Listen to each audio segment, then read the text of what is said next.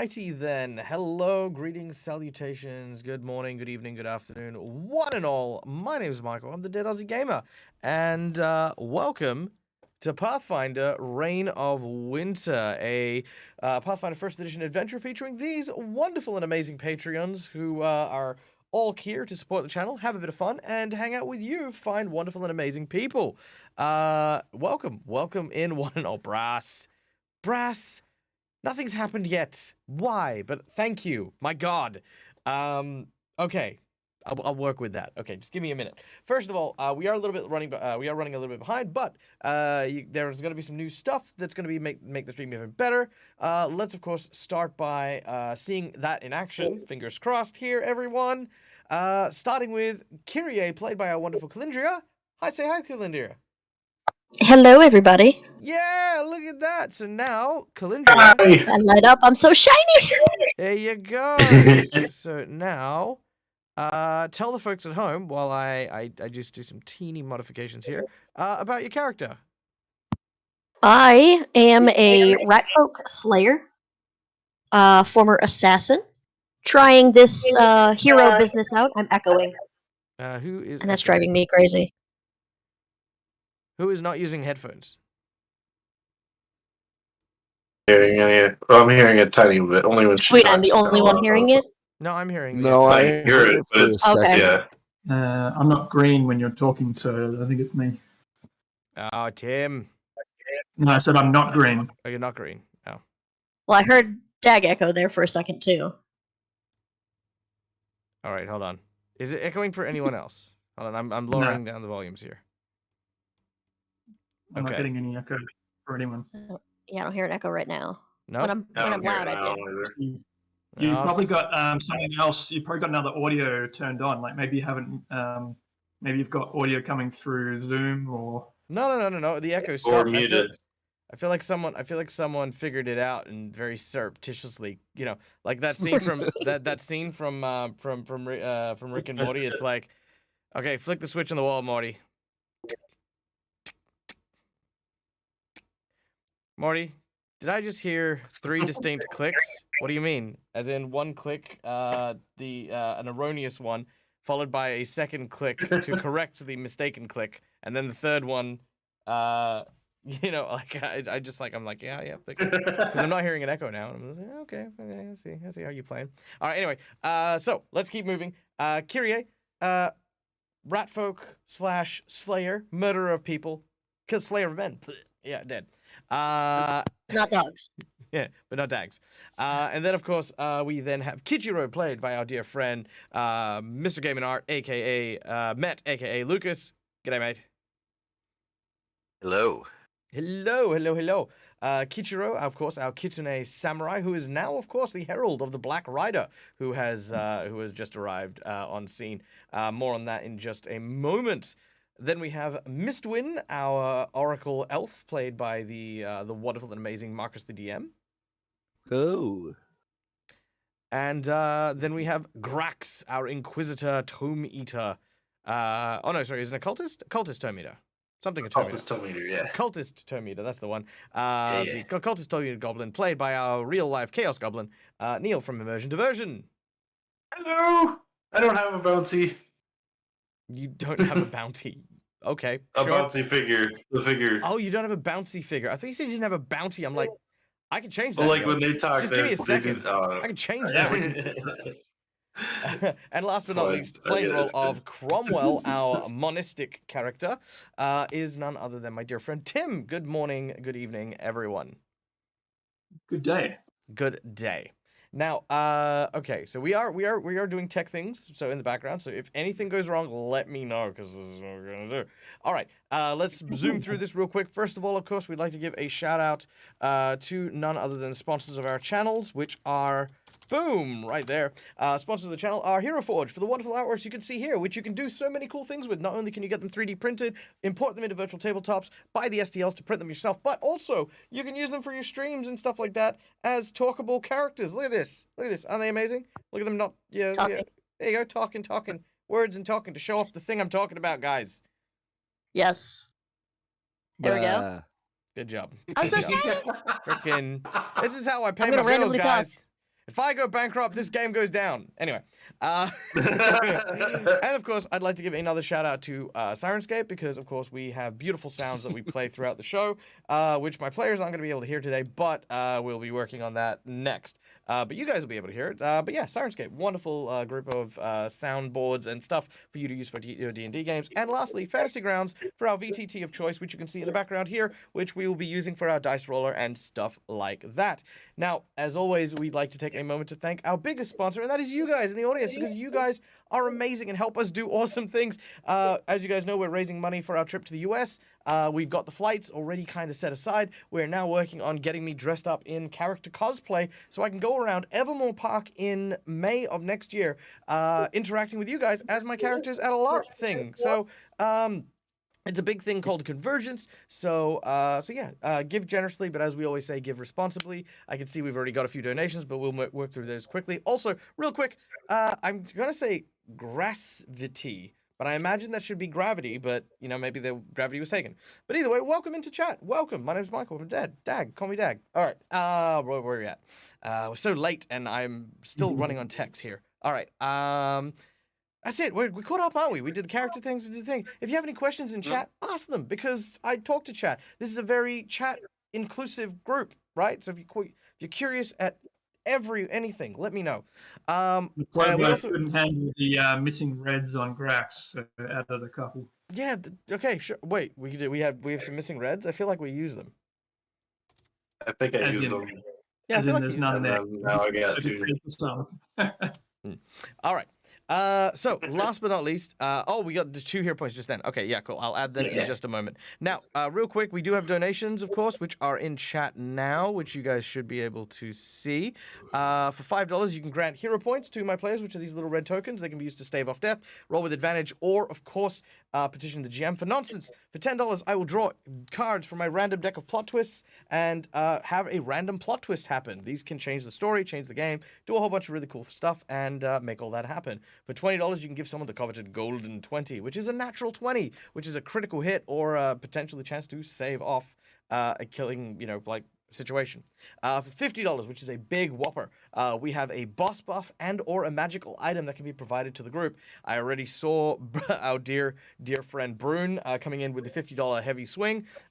We have a giant purple worm chasing the group, so we're not going to be boosting that one up yet. However, didn't we kill that one? Yeah, we didn't kill it. We saved it away. But yes, the next encounter will, of course, be increased thanks to your generous donation. And lastly, we have the $100 secret menu item. The $100 secret menu item is going to be very special. The secret menu item is actually a hut that our group is going to be able to create and use and build. And I'm going to do so in a app that I'm playing around with and having a lot of fun with, and I want to introduce into this game, which is called Dungeon Alchemist. So if you guys donate the $100 for that, you will give the group an interdimensional house that they will be able to summon in order to get rest and reprieve as long as they are outside and in a space that can occupy and have a solid foundation for it. And then we will actually have an entire separate map app for like them in first person moving through and building a building, like an actual house. So that's going to be a lot of fun. So yes, that is the $100 secret menu item. Okay. Without any further ado, and thank you everyone for your patience, let us begin. When last we left our heroes, they found themselves having traveled from the town of Heldren in the lands of Taldor after an unseasonable winter. What? Sorry, did someone say something? Nope. No. Oh, that's super weird. There was a... Someone said something and then there was an echo. There was definitely the echo is back. Oh. It's Tim. I see it. I see you light up right now. Okay, might be Tim. Okay, in any case, let us continue. Now, when last we left our heroes, they were in the town of Heldren. In the Taldan countryside, normally in the middle of summer, where it is spring and lovely and lush. Picture is here, maybe? There it is. There it is, beautiful, lush, and wonderful. However, dark clouds rolled in over from the north as an icy wind blew and took over much of the landscape, coating it in a blanket of frost. Several heroes from the Cinderfang Academy went on search and to try and find out where this unseasonable weather had come from, and discovered a portal to Irrisen, the lands far to the north, run by the witches known as the Queens of Winter.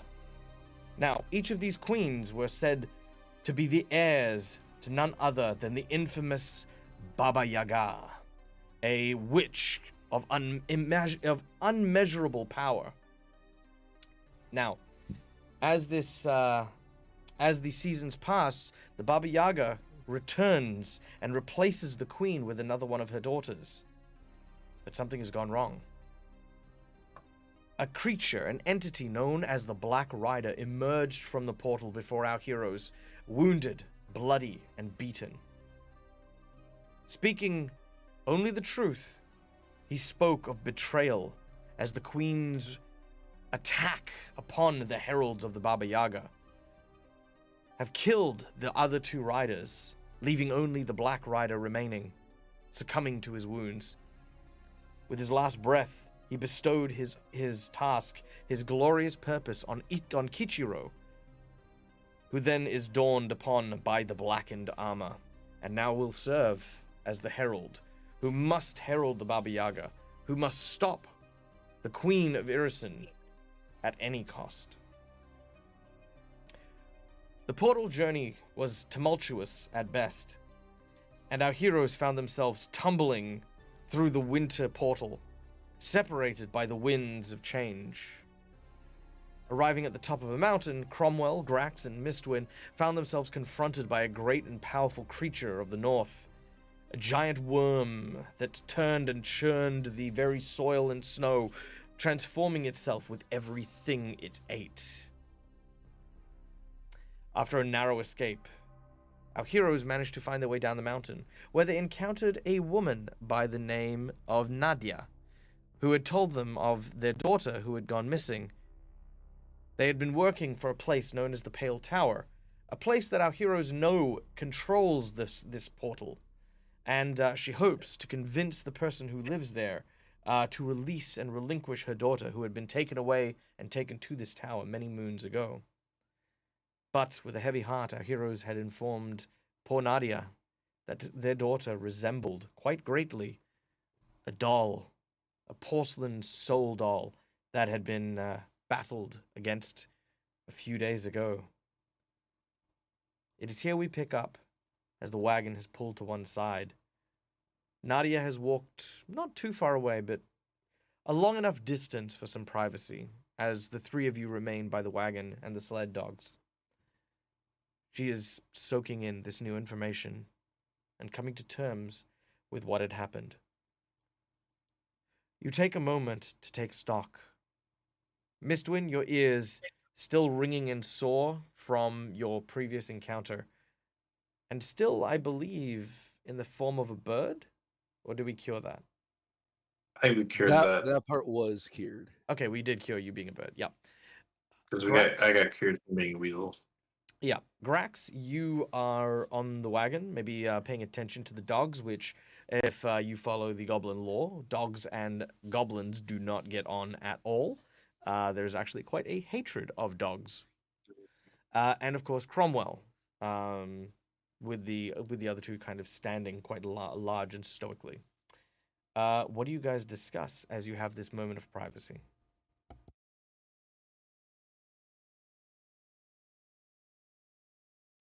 Hey guys, I've got my crossbow trained and ready. Just pointing towards the dogs. Mistwin, since he is unable to hear anything, he just kind of is just staring off into space.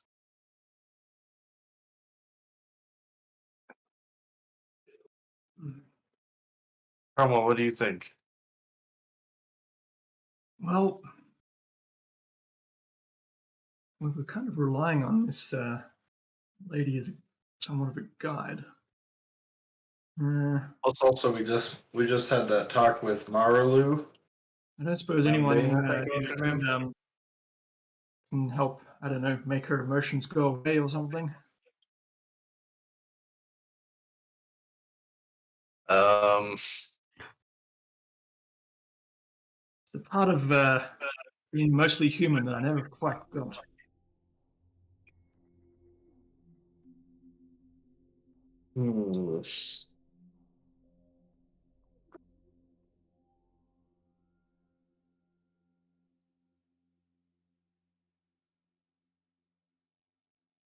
Oh, you're muted. I suppose I can give it a shot. I mean, what's the worst that can happen? As the three of you contemplate the meaning of being truly human, the elves, of course, tend to be a little bit distant, not quite understanding how humans make such strong connections, given that with so much time, it is very difficult for them to really kind of get to grasp with being human and the very strong emotions they feel. Grax, you, of course, live too short, and you don't make attachments because you might die any second now.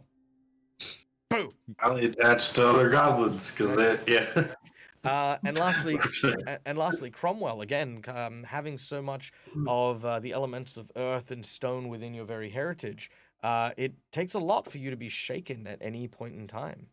So the three of you are kind of at a loss, but the silence, the awkward silence that now rings around is broken by the sounds of footsteps in the snow making their way in your direction.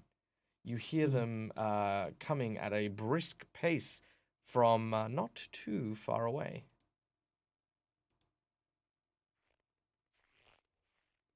What do you do? I'll have a Flip look. my crossbow around and just look in the direction that they're coming from. Ah!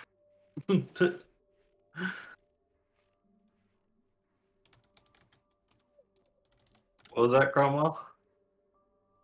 Said I will go and have a look. Okay. Find out who approacheth the camp. All right.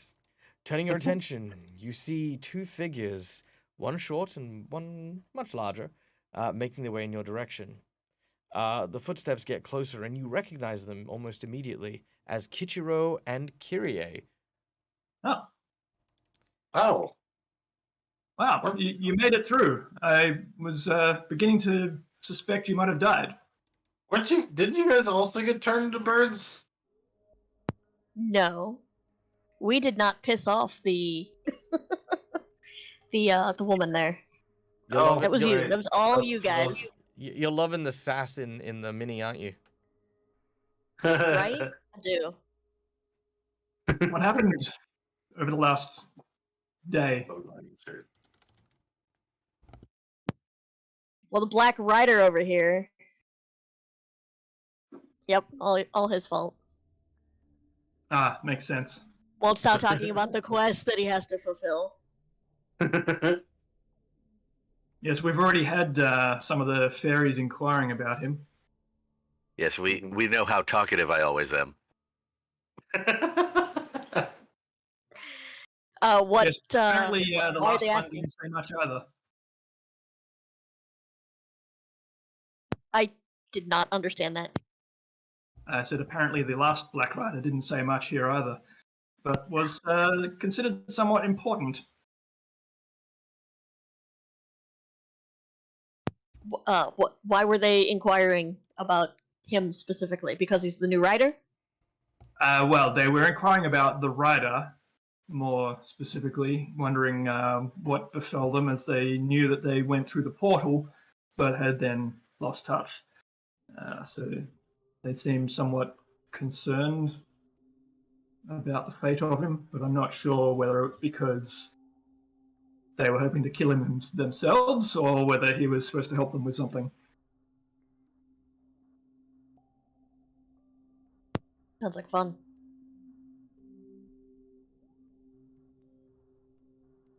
So what have you guys been up to? We fought a purple worm. We got untransformed back into from our animals. Because I'm no longer a weasel and Miss Twin's no longer a bird. Yeah, we almost got eaten. Another, I believe it was not an avalanche this time. It was a landslide. a completely different event. Yeah. Exactly the same but different. Mistwin is some still news. just like sitting on the ground staring off into space. I was just gonna say, Mistwind seems suspiciously quiet. I mean, he was a bird for quite a while, so he might still be recovering from that. I He think was at gonna one breathe point to the city. he even tried to eat the purple worm, even though it was maybe 2,000 times his size. So he was confused even as a bird. That's a big worm. Time bomb it. Yes. Yeah, I tried to kamikaze the worm. Yeah. So I expect he's probably slightly stunned from that.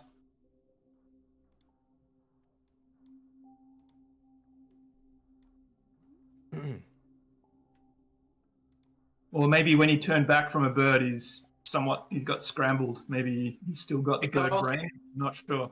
It could also be that large sound that was created when I dropped those stones in the worm. Yes, I mean, it wouldn't surprise me that it ties back to Grax somehow. I would like to called think that because of the advanced loud understanding. explosion, it actually caused Mistwin's ears to bleed. So there's like probably like a line of dried blood coming from one of his ears that he just hasn't noticed. I guess Maybe it's just his time of the month. I don't know what it's like for him where he comes from. Grax would tap on Mistwin and just kind of point to his ears. Just be like, As soon as you tap on Mistwin's shoulder, he kind of like jumps and I wouldn't tap on your shoulder, I'd tap on your leg or something. well, either way, he would say jump, not expecting it, because he's kind of just like hyper focused on the ground right now, trying to cope with what's happening. And he just looks at you. You say, I just point at your ears. I point at my Are you ears. still part look at- bird? Or are you just stupid? not hearing anything that Cromwell just said, assuming that Grax is asking if Mistwin can hear anything by pointing at his own ears, Mistwin points at his ears and shakes his head. Nah. I'll point at Mistwind and then point at his mouth and make this movement. Mistwin just looks at you like you're crazy. Okay, we need to fix this. That's it. I love the sass, but it's you can real speak, quick, not here. Yeah, real quick. We need to fix this. Deaf and dumb. Ladies, gentlemen. Neil. Sorry, I just saw the bear. What is Mistwin's intelligence score?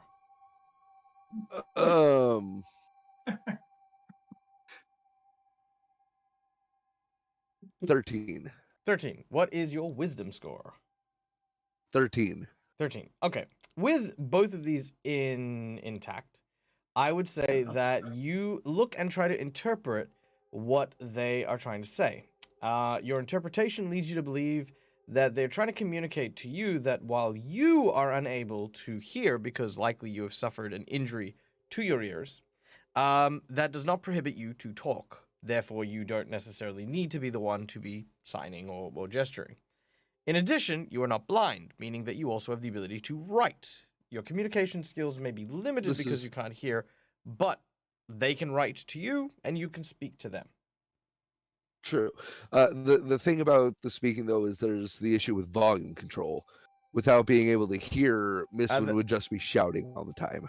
That is true to a degree.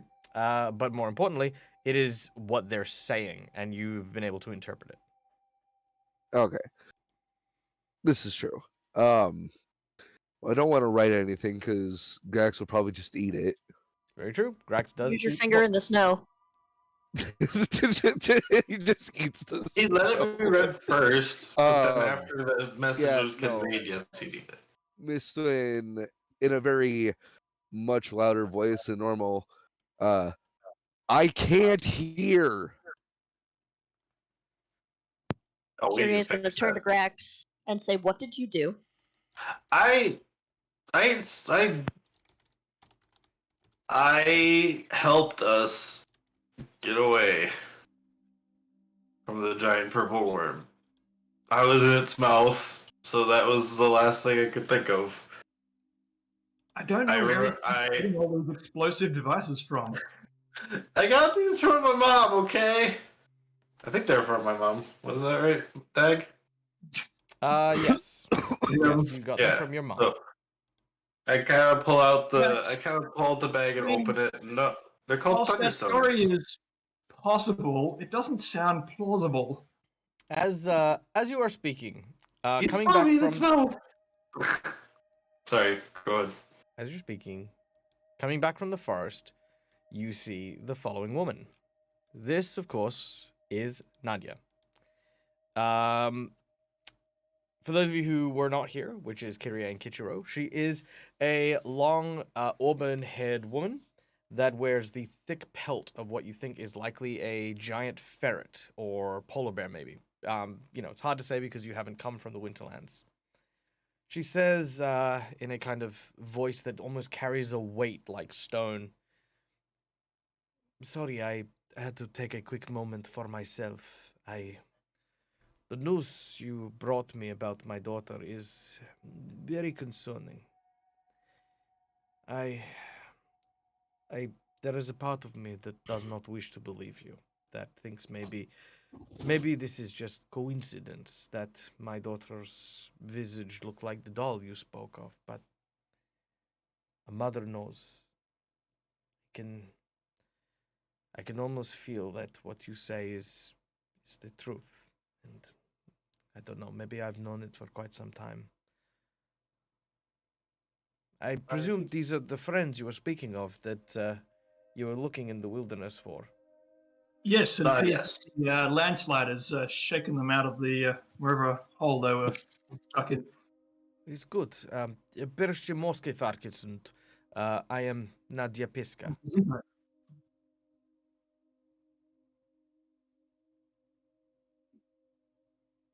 So Did your friends do not speak much? No, that is astute. Yes. so She you looks both at basically Kyrie and Kichiro and then kind of nods respectfully. I was like, Ichiro Kyrie would is still return the trying nod to for sure. piece together the daughter doll thing. So You recall the yes. doll that you guys fought, and Mhm. I would say that in the catch-up period, again, like because we got a lot of stuff that got cut up with when you guys were talking, that that they had brought up that Nadia had described her daughter in the very same way that the doll was, as well as Okay. the doll in their carriage bore a striking resemblance clothing-wise to the doll that you guys fought in that little tiny house. that's shitty.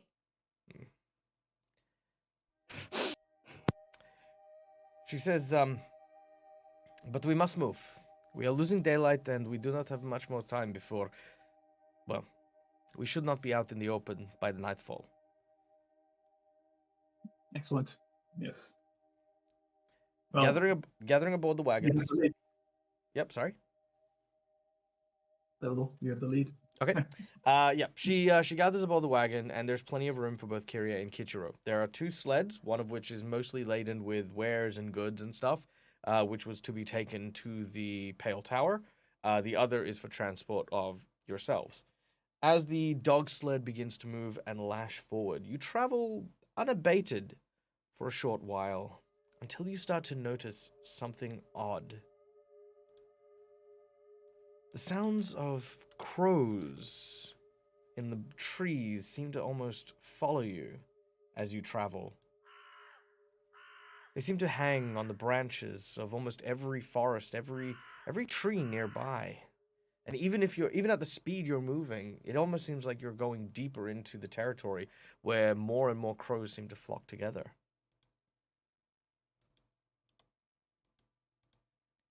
All right.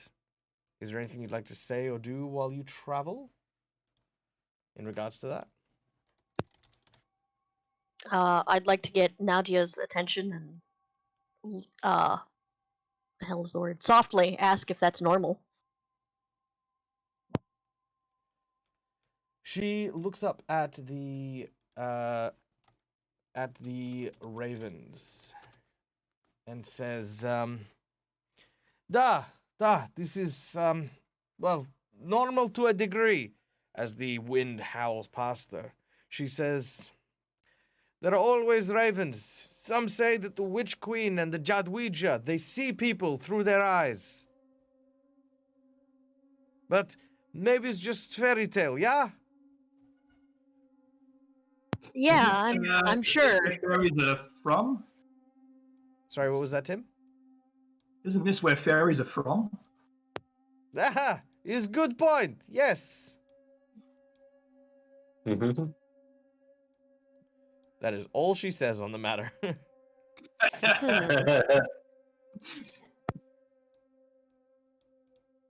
Just for clarification, Miss Winton's able to read lips then?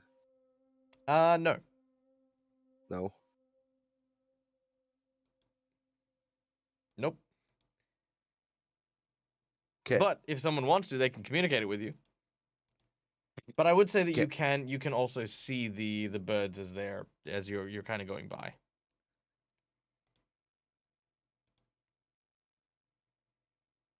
You're actually gonna take a look around and just kind of see if there's a reason why they're gathering here, other than just being around us.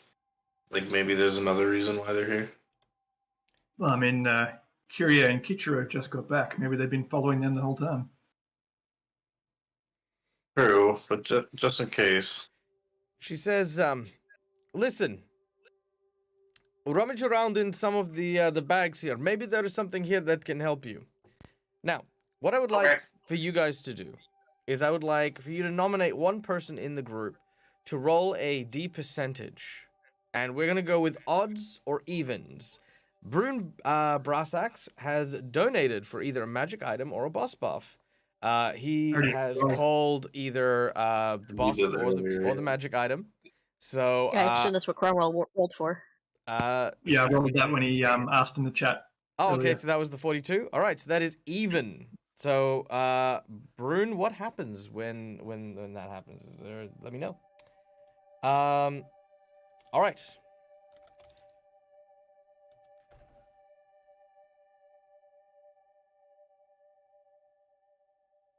So, what would you guys like to? Well, I mean, obviously you guys are preparing. You guys got some time. Oh, it's a magic item. Okay. Ooh. So, as you rummage around in the pack, you find what looks to be. Let's go with. Oh, this would be really nice. Okay, cool. You go with a swarming clasp. What this allows you to do is it allows you to almost like kind of like the Avatar: The Last Airbender bending, right? You are able to bend the will of hive-minded creatures like swarms. What this means is that if you are in a swarm whilst wearing this clasp, it does not affect you. Ooh. There is, I would like, let's go with Kichiro. Kichiro, can you roll me roll a D6. Why not? I'm feeling generous.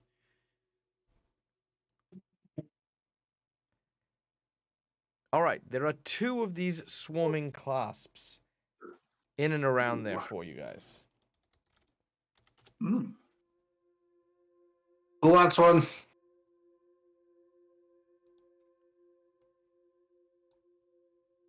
And do Well, we know what they are straight away? Sorry, what was that? Do we know what they are straight away? I would say that Nadia will tell you. Okay. Even if we didn't, I could just spend a minute and do that. Sure. I've got the ability, object reading. It's like identify, but not as an ability. So, but yeah. Yes, there's only 2 of them. Who wants them?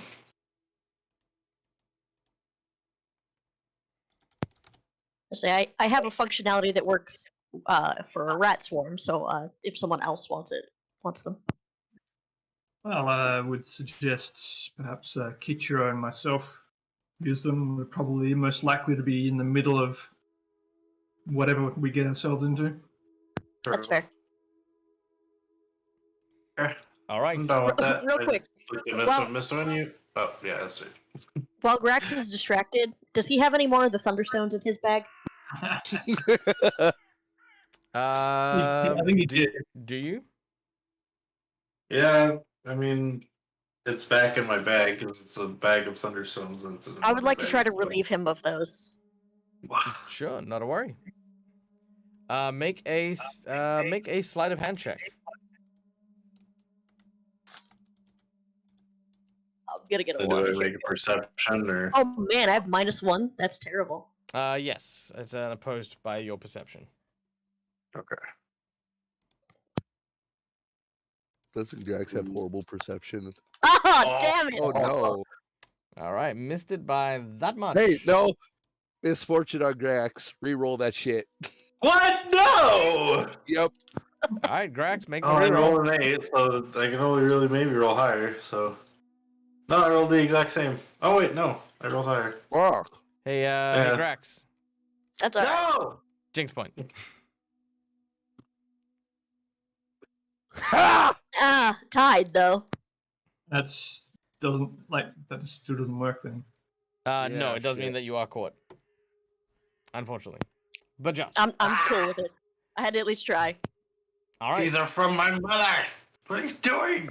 You deafened Mistwin! Give me! To get away from a giant, gargantuan purple worm. It was huge.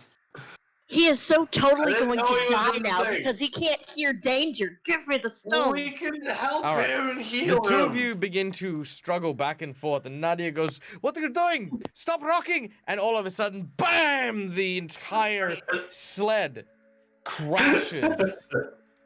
As Breaking all the stones. all right, as the two of you are struggling back and forth, it flips the entire sled onto its side.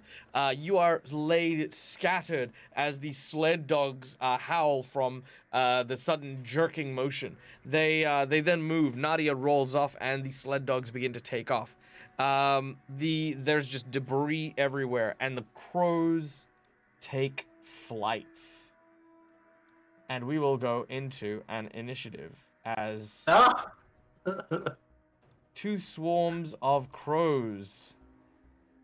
Yes, I know they're S's, but you know what? I don't have a swarm of crow mini, so there you go. As we fly into initiative. Yes. All right. Cromwell, Grax, then Nadia. The 2 swarms, Mistwin, Kyrie, then Kichiro. All right. Cromwell, you're up first.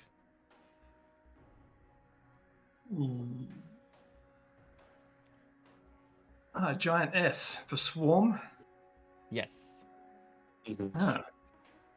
I will. Okay, so this clasp just lets us move through the swarm without it affecting us. Yes. Hmm.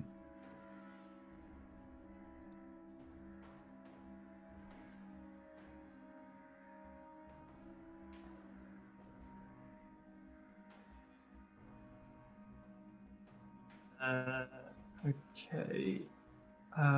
We'll activate the clasp and then just light a torch and try and wade into the nearest one and just swing the torch around, trying to scatter them. Mm-hmm. Go away! All right, you light the torch. Now, you can use this as a melee attack against them, and it will actually deal damage to the swarm. Okay.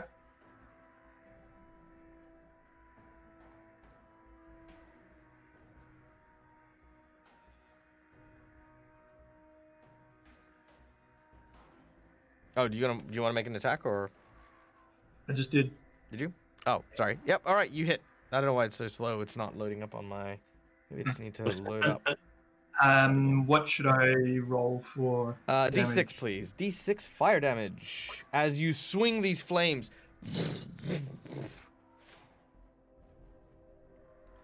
1. 1 point of damage to the swarm. It seems like you've knocked maybe one of the birds out of the air, but that's about it. All right. I would say that recovering the torch and lighting it up and then swinging it around, that'll take your turn. Grax, you were up next.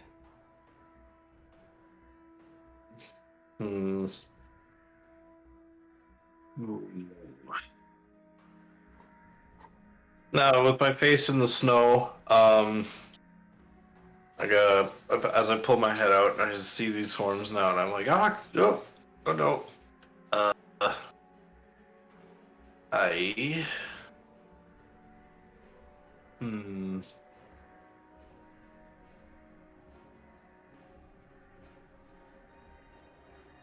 I see. Oh wait, actually, do I have any torches on me? I don't. I have a climber's kit, but I don't think I have torches. You got 10 seconds. I'm gonna go into. I'm gonna run into Cromwell and see that he's doing it. I'm gonna see if he's got any more torches in his bag. Cromwell, do you have any more torches? No, we're literally in a sled full of supplies. So Yep, you can search true. this bag. Okay, I'll grab a torch from the sled. All right. And I'll run to the one over here and do the exact same thing. Because I see him doing that, so I'm like, hey, it's working. And then I'm gonna go over here and do the same thing. All right. Yep. I'm gonna say because you have to search for one rather than having one on you, that'll take your full turn to grab and get a torch going. All right. Next up is Nadia. Nadia has never dealt with birds like this before. She stands up and begins to fire a couple of bows and arrow shots at the swarm. You noticed almost immediately that single target attacks like bows and arrows have no effect on swarms. Realizing her futility, she says, "I'm going to get the sled. Keep them away. Listen, I may not have been entirely truthful about what these are. They are crows, but they are definitely, assuredly sent by the queen. They report to the Pale Tower directly. I was hoping they wouldn't notice anything, but they must have recognized your garbs from the south. You do not want them retrieving them, sending the message back. Do what you can to stop them." And she runs off to go and try and get the dog sled. The raven swarm begins to move in.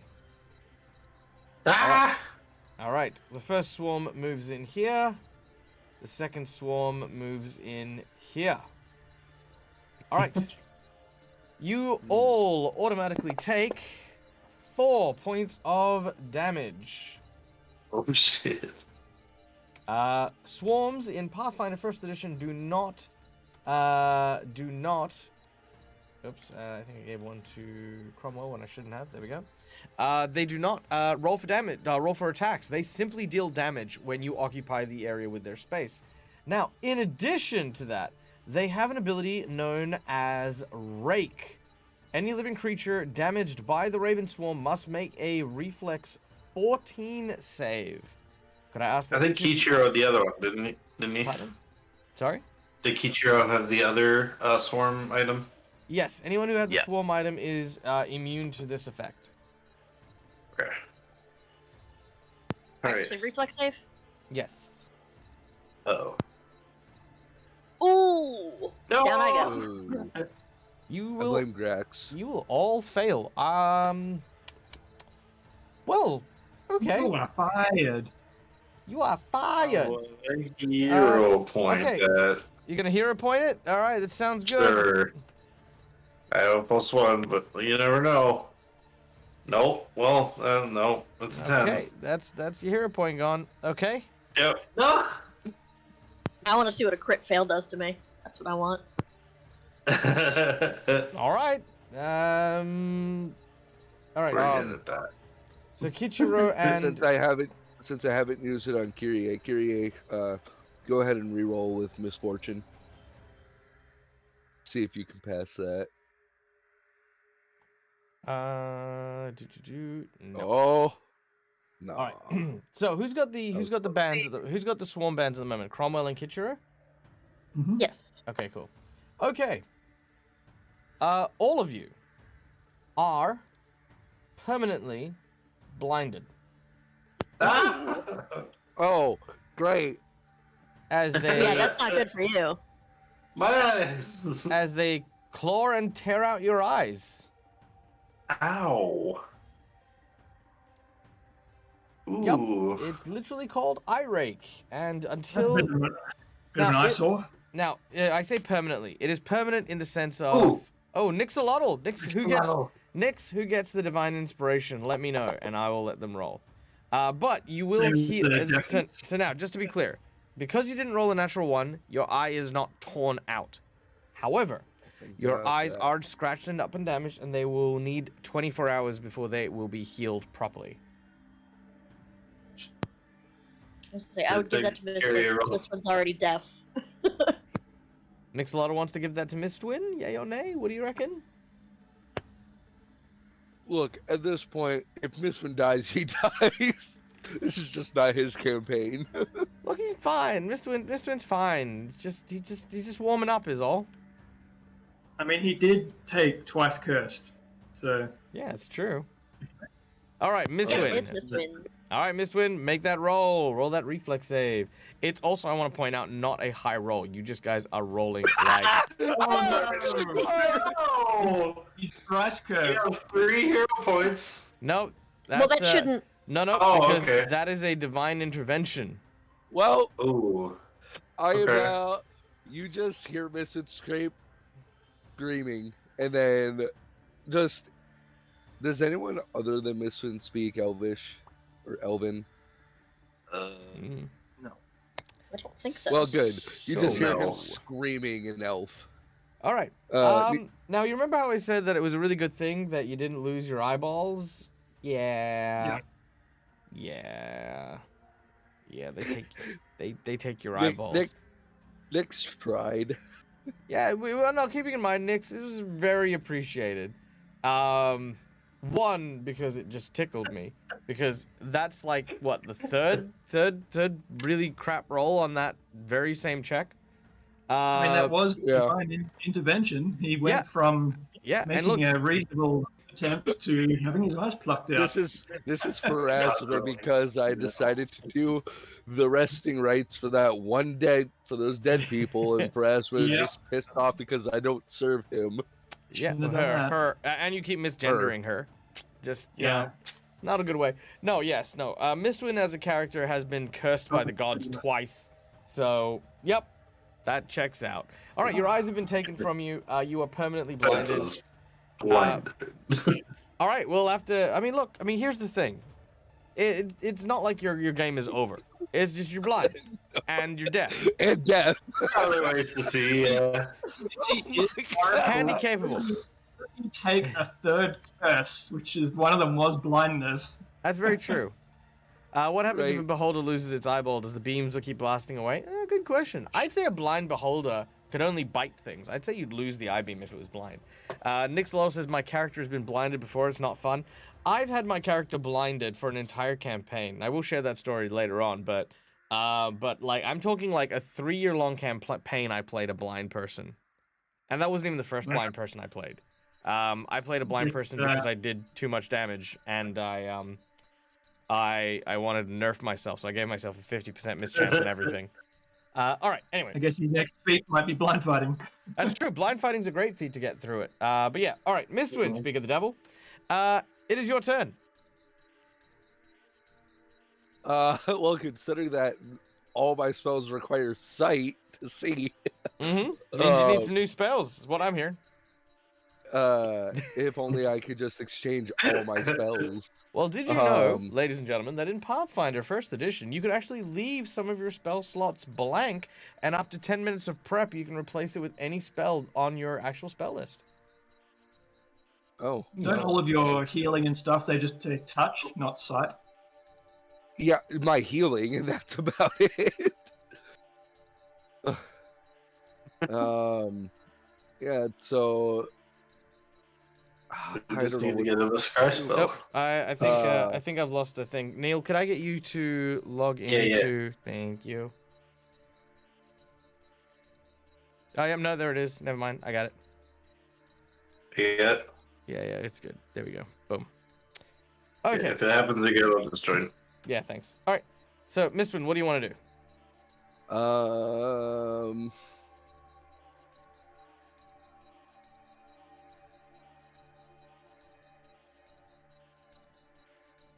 New. You can take a powder if you like. That's always an option. I always tell people you actually. So what I normally do is I'll give you like a benefit of the doubt action. So it's like a delay action, but it's like my character is stunned and shocked because of that role play. It's kind of like it's almost like a loose liberal hero point where you can like block someone's attack or like you basically get like a better version of the reaction action. Actually, I'll cast guidance on myself. Very nice. All right. Magic begins to flow into your body as you guide yourself. Oh, yeah, chat just suggested that he get a familiar, and then there's spells and things where you can see and hear through the familiar. That's a great idea. All right, Brune, no worries. Thank you so much again. Trust me, the magic items are going to be coming into play. And I've got actually, you know what? Seeing as Brune, just before Brune leaves, I'm going to give you one last little piece. So, once you defeat these two swarms, those clasps that I've given you, the magic element to these clasps is not only that you can avoid these swarms, but you can also imprison a swarm to then command at your will once you defeat them. So it's basically like you've got two Pokeballs for specifically swarms. So Brune has provided you with these two baubles that'll allow you to do that. So thank you once again for your donation. We love you, and we hope you have a wonderful night. Okay, let's continue. Oh, that's a good idea, though. The familiar? Yeah, it's a great idea. Yeah, I forgot that. We can talk about it more when it's not initiative. All right, we're gonna move on. Yes. Kyrie. Okay, I swear a lot. And then... Done. Would Kyrie have noticed that the single attack didn't do anything? Yes. That's why I had Nadia do it. But you did know things like fire, for example, did do anything that does area of effect or does like fire seems to work. Okay. And we're still surrounding the gear and stuff, right? It's kind of scattered on the floor, but yeah, it's basically around. Okay. I will try to feel my way towards also finding a torch. All right. Roll a percentage check, please.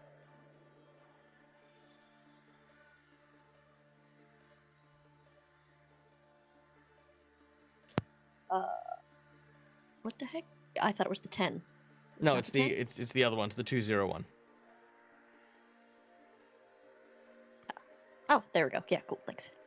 You're welcome. 85%. All right. Ooh, yes, nice. you do indeed find some torches. All right, and then I'll try to light the sucker, and I assume wait until my next turn. Yeah. Yep. Kichiro, you see the ravens besit on your teammates. What do you want to do? I have an idea for this without wasting one of my torches because I only have 2 of them.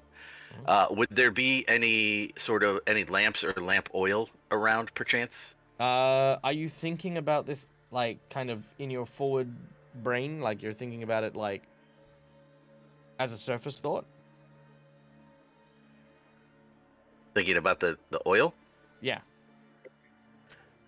Yes. All right. All of a sudden, oil begins to pour out of the palm of your hands. But Okay, that's interesting. So I would like to coat the blade of my sword in it, and then ignite it, and then swing it through the swarm is what I'm going for. Whoa. All right. As you do so, as you run your hand along the blade, it automatically ignites, almost as if the oil just caught fire in the palm of your hands. As it does so, you now have a flaming sword. Wheat. All right. That is just a move action, by the way.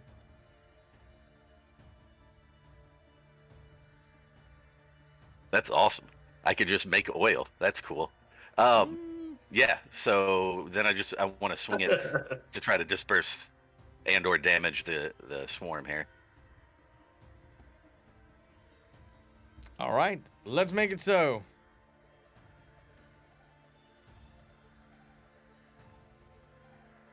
Roll your damage in chat, please. You don't need to roll your attack because they're a swarm. It's just yep. Okay. I just roll my damage as normal since I'm using the flaming sword. Yep. Whoa. All right. 14 points of damage to the swarm. All right. Most of the swarm begins to dissipate as the fire burns at it. It looks about half as thick as it used to as you swing it around. Cromwell, we return to you. Right. Yeah, I'll just keep on swinging it.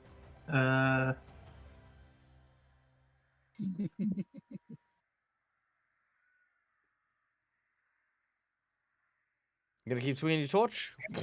Yeah, I just quickly checking flurry of blows, but it's unarmed or monk special weapon only. I'll allow you to use flurry of blows with the torch. Okay. It's not a problem. Basically, it would be the same That's thing cool. as a kind of a short staff. Yep. All right. Roll. Blows. Yeah, just roll 2d6. Nice.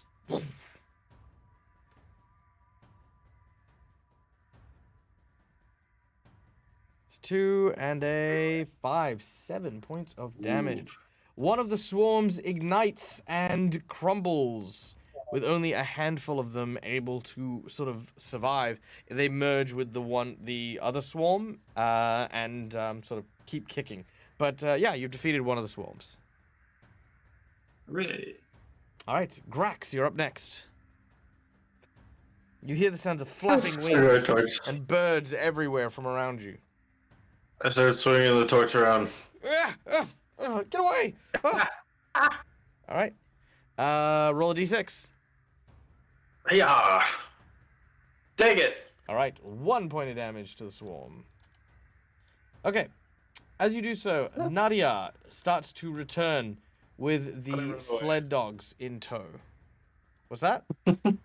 Oh, I saw the move action. Grax was kind of running off. Oh, cool. Make a Not percentage like check. far, but like. Make a it's like, percentage check. "Oh!" I say you're gonna faceplant, my friend.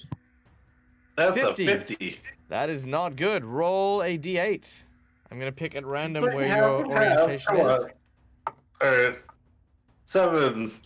Okay, 1, 2, 3, 4, 5, 6, 7. All right. You were here? Yeah. What's your move speed?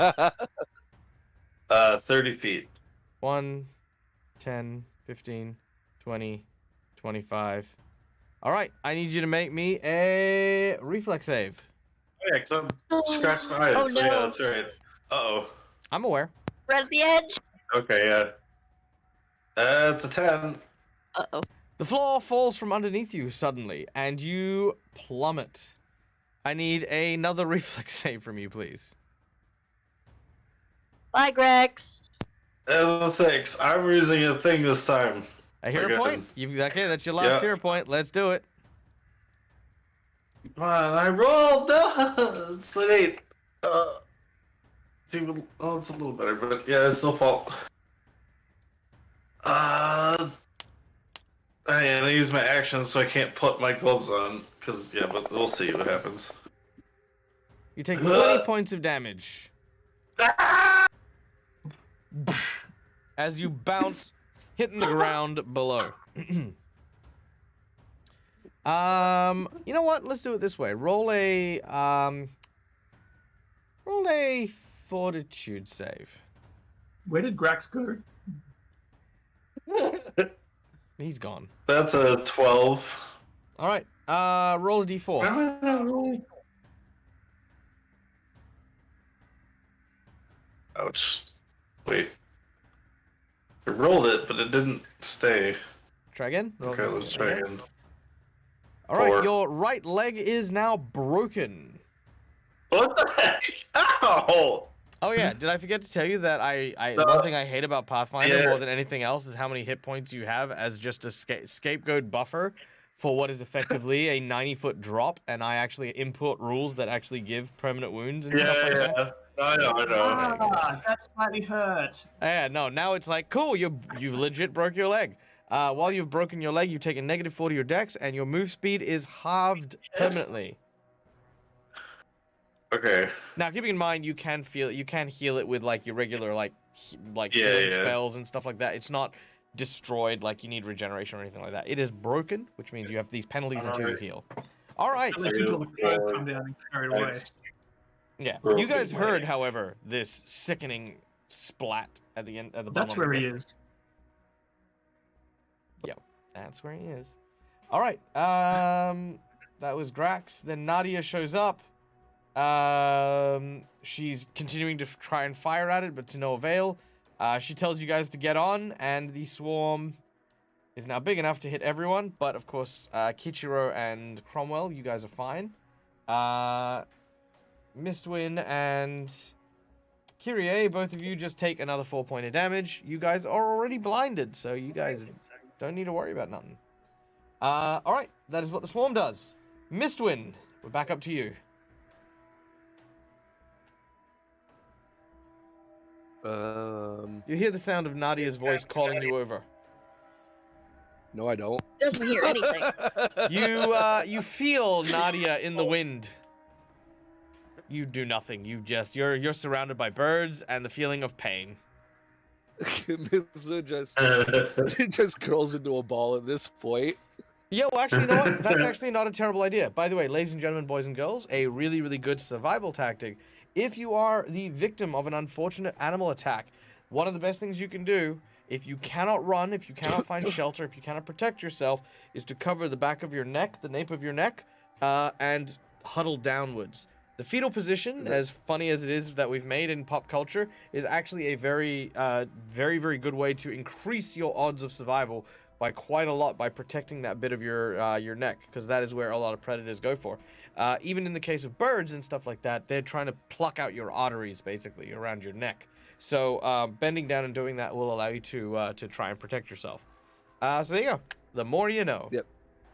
All Yeah, right. that's exactly why. Kyrie, it is you now. You hear the sound I- of birds. I have a quick question unrelated to the fight, real quick. Yeah. Since Mistwind's deafening and blindness were not because of a curse, is it possible to fix them? Is it possible to fix them? Yes. But, like, I mean, in the same way, like, you would need to be able to fix them. Like, Literally healing hit spells points... that Yeah, healing hit unnecessary. points doesn't do that. Okay, so there is a way, even though it's not a curse. Yeah, it's not Cool. a curse. All right. Kyrie is going to listen for a second. I imagine here that they are right on top of her. And then she's going to swing, going to have her put the torch down in front of her and swing in an arc up and over behind her to try to avoid hitting anybody else. All right. That will work. Deal a d6 point of damage. Yeah, 2 whole points. All right, that's another 2 points. The swarm seems still unperturbed, but are doing their best. Kichiro, your friends need you.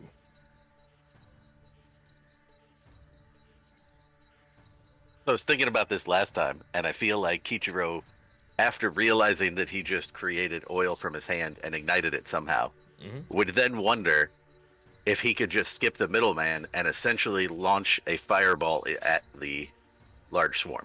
All right, so you reach out your hand and you're like, pew pew. And as Yeah, he you just do wants so, to see if it'll work.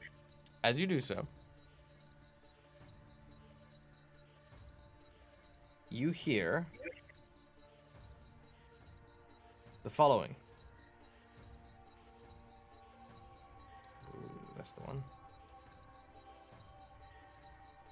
We hear actually anything? We Oh, cannot do that. But if you wish to use our power properly, then you must understand your purpose.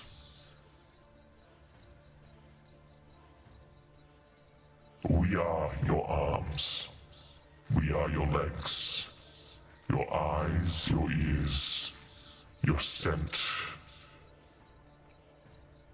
What you desire, we can work, and we can bend, and we can shape. But know this. There will always be another rider. And our power must be earned.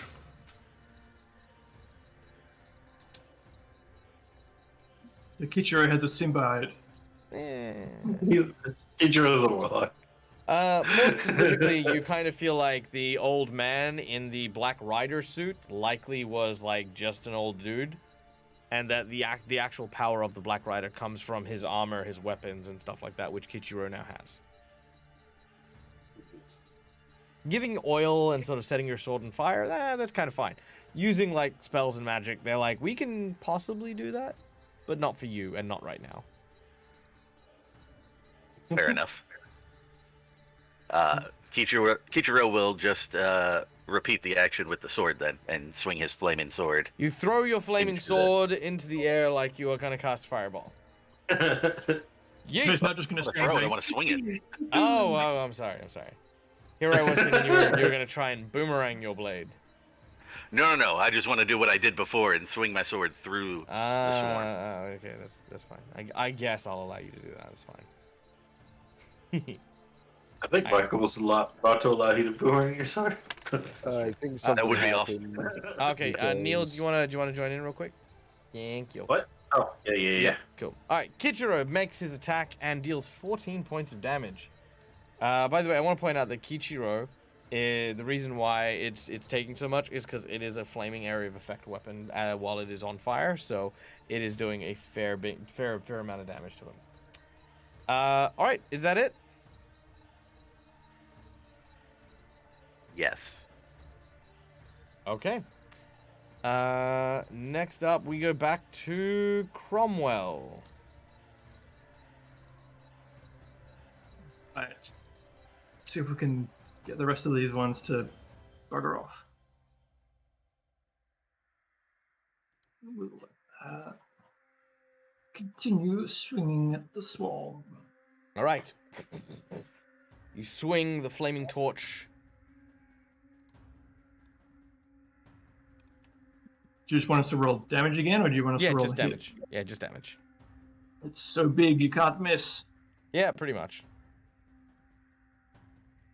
5 points of damage and another 5. Nice. With that, again, the flames lick out and the swarm dissipates. However, there are still a few in the air. Nadia takes aim and fires at a few. Now, I'm going to roll a percentage to see how much percentage are killed by Nadia. Nadia kills 67%, meaning you have 33% of the remaining surviving birds to shoot at. Do any of you have ranged attacks that you can make right now? I'm at the bottom of a cliff. That didn't answer I'm my saying I question. can- Kichiro has a short bow. All right, Kichiro, you want to roll a percentage for me? Sure. Your target is 33 or higher. That's 47. You wipe. So between you and Nadia, you pick off and you land these arrows true on a number of the ravens. Not a one escapes, meaning that your identities, your location, all of the stuff that you're trying to keep hidden for the time being, remain a secret. And nevermore, quoth the raven. All right. Whew. Seeing a multitude of injured individuals, you make your way back to the wagon as it is being loaded up. Nadia treats your wounds for the most part, but says that without rest, your eyes will not repair anytime soon. But thankfully, the town that she lives in, Waldsby, is not far away at all.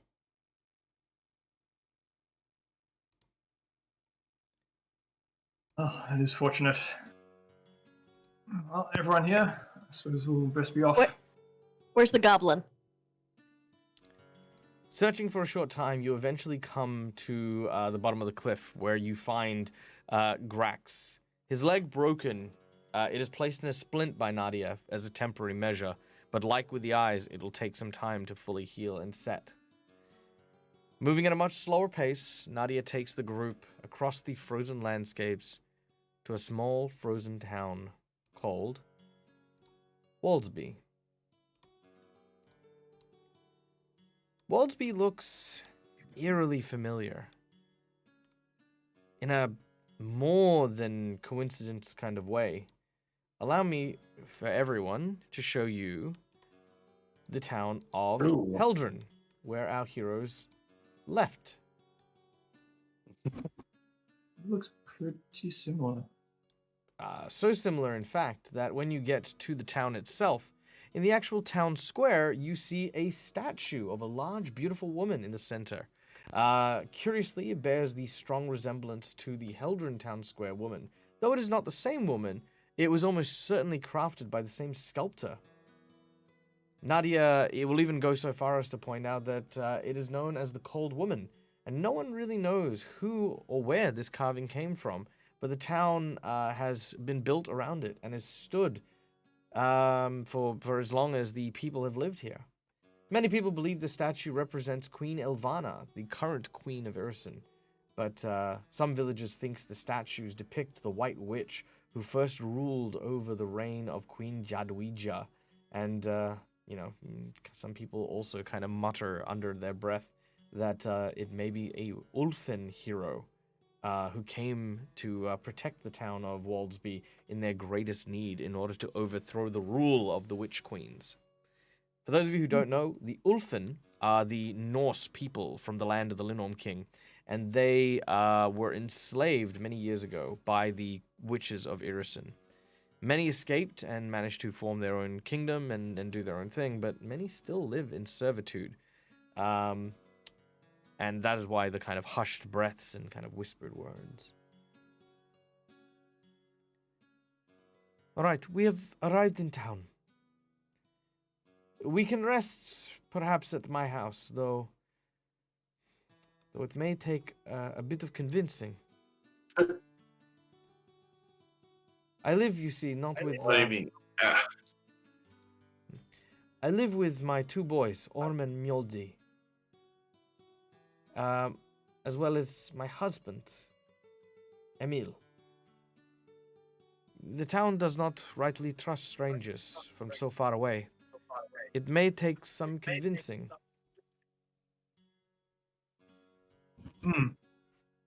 That's generous, and I suppose you do have a spare room now. Damn. Make a roll percentage for me. Wow. You just reminded her she was... Wow. I don't think it's so much that. I think it's more capitalizing on her loss that kind of... We'll see how that goes. So with that percentage, 70%. 70. She'll brush it off as kind of like a foreigner faux pas more than anything else, and will not say anything to the matter. But the rest of you kind of pick up that was not an appropriate thing to say. Eventually, coming around the corner, I mean, she's still in the vicinity, so it's up to you if you want to bring it up in front of her or not. But oh no, I was saying, when you said the rest of us pick it up. Oh, yeah. Look, I'm going to say this, Miss Wynn, just because I don't want to turn every single second into a, I can't hear things, I can't see things. Look, buddy. No, I'm laughing. I know, I freaking know, though. I freaking know. Okay, unless you're gonna do something with it. Okay, then the blind and deaf thing applies to everyone. All right. So as you make your way forward towards Nadia's house, there is the stables. She disembarks and begins to offload, and she will help with Grax first, then with Mistwin, then Kyrie, because all of you are of course blind, injured, or unable to walk. Inside the cabin, it's a rather humble domicile, and inside you can see is quite warm and cozy. A large hearth is burning brightly as two young lads seem to be very excited at their mother's sudden arrival. She rushes over and gives them a big hug each as a rather brawly and stern-looking man sort of walks out from the kitchen. Nadia, porches vorken te ske. Ah, Emil, fragis vorken tast. Se vorsin thavertog. Echo, in Forskent Timothy, is overskens muting microphonesk. Ah, Froskiskent muting microphones. Stroll. Es wordt Forskent van. Is goed Forskent van. Os in van Torsken natuurlijk. Well, Nadia, restundat vertolda. Restundes vertolda verskend. Nadia looks very taken aback. She then says, Is tolda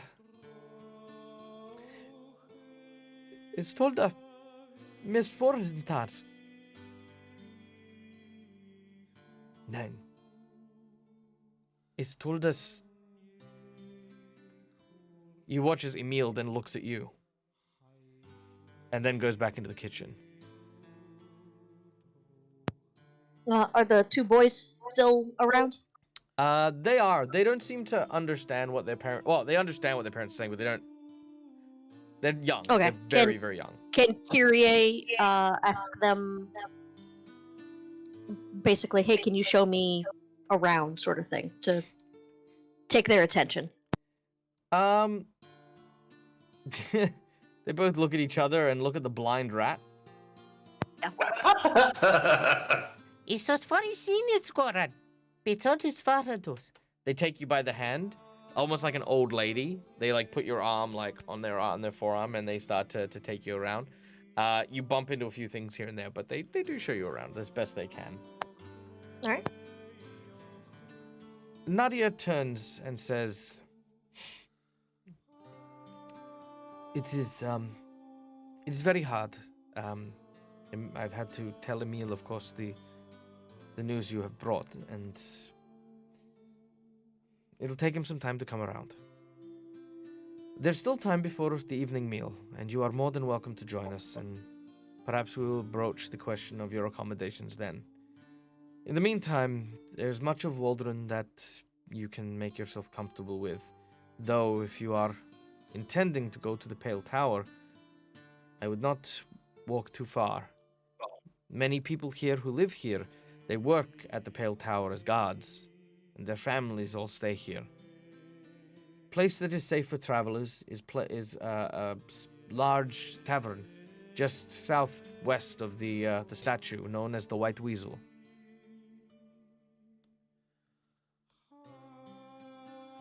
White Weasel. Okay. Yeah. Grax probably is just like excited that it's another weasel-based thing. Maybe I could just show them my weasel form and they'll think, oh, and they'll just let us stay there. I don't know. Yes. Well, in the meantime, I will be unloading, well, whatever supplies we still have. And, well, we will talk soon. She goes Ichiro would offer to help her unload the stuff. She says, you are very kind, but you are a guest here. It is our custom to serve warm beverage and offer hot meals, but we cannot ask for you to work unless you intend to stay here for a longer period of time. For now, You have all done plenty, serving and protecting my wagon to this point as well. But rest, and your friends will probably need you as well. From what I can tell, you are strong and dependable, and they will need you now more than ever.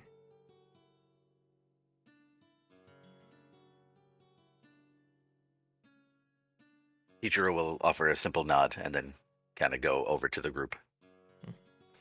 She'll go to the kitchen to talk to her husband. Nadia, if you wish, and you can have a rummage around your house in the meantime, and try and find something of particular significance to your daughter. I'm not particularly religious, but I do have some knowledge in the spiritual realms, and I have perhaps somewhat of a tenuous link still with your daughter's spirit after freeing it, but I feel that fading each day.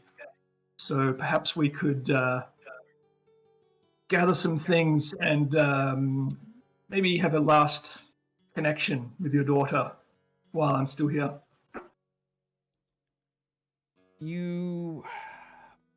It is hard to say and put into words the series of emotions you see on Nadia. There is a mix of hopefulness, a deep, splitting, sinking feeling, tears welling up, and her lip being bitten, almost as if to try and keep herself standing. She seems to almost lack the strength to reply to you. And as she turns, she leans very heavily on the wall to one side before going into the kitchen to speak with Emil. You can see that the weight of your words have been carried.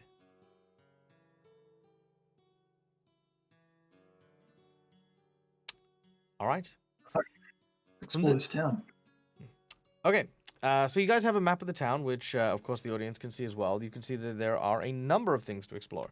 You are in Nadia Pesca's cabin, which is here to the far east. Which I will do that too. So there you go. You guys can see that is Nadia's cabin. Now, inside town, you can see that there are some ruined houses. There's the chapel, which is in the same place as the Temple of Aristil. You can see that there's a carpentry shop, as well as a sawmill, taking wood likely from the forests nearby. There is a cemetery to the south, which, let me just move the map a little bit. There we go. There's a cemetery just to the south there, followed by a barn, the White Weasel, as mentioned before, as well as the Shorn Beard, which is a dwarven baba. There is the blacksmith and the sundries and general store, as well as the large town hall just across the way from the pub. Off into the distance, you see that there is a storehouse similar to the one in Heldren, likely with plenty of stores for the winter and the like. Although with Nadia's delivery kind of partially being destroyed, it may not necessarily be as full as it could be. I think we should go to the White Weasel first, secure place to stay, and then we can kind of explore. Grax is gonna heal up his leg a little bit too. I'm gonna use the Fleshmend occultist ability. Easy done. Your bones twist almost unnaturally like Play-Doh before snapping into place and melding. And I believe I can do it 4 times using my points. Do you need to do it 4 times? Then I don't care, Neil. Don't even remotely care. I'll do it once. No, I'm joking. I'm just teasing. Because it actually healed me. Ooh. There you go. Healed 12 hit points. Nice. Yay. All right. That's more. You are, however, still blind. Yep. I know. I wanted to heal my leg so I don't. Yeah. You can walk around, but yes, Grax wants to go to the tavern. Anyone else, or is everyone happy to go to the tavern?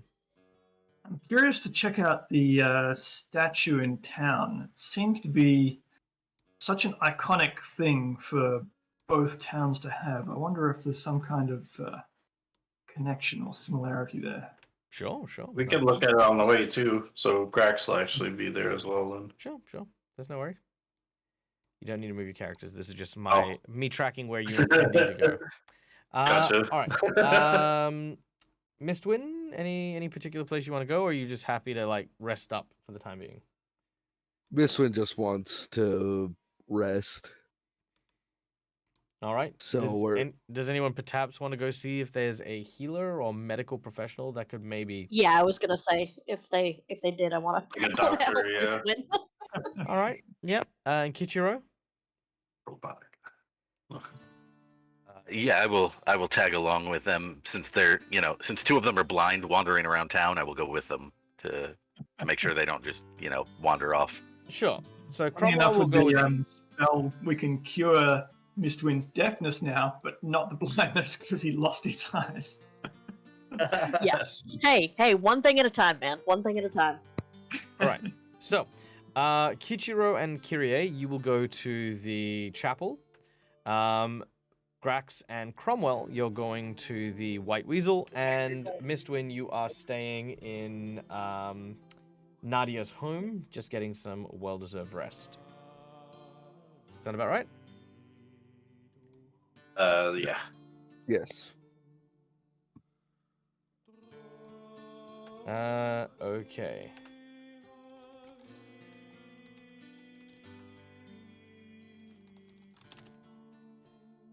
All right. So, let's start with the White Weasel.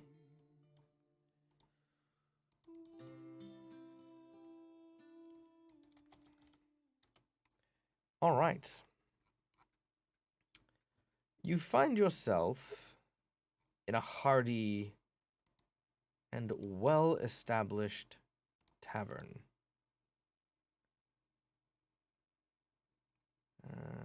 Oh yeah, right here. That's the one.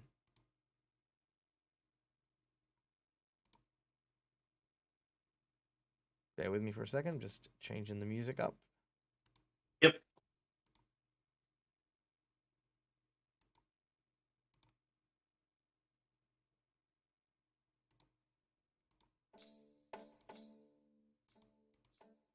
All right. Now, inside you can see that this large and amazing tavern is like kind of almost like a local tav. There's not many people here, but the ones that are seem to be almost like they're part of the wallpaper. They're cheering, they're celebrating, they're basically just enjoying the daily life. But that seems to change the moment both Grax and Cromwell enter. You can see that the mood becomes cold and dour.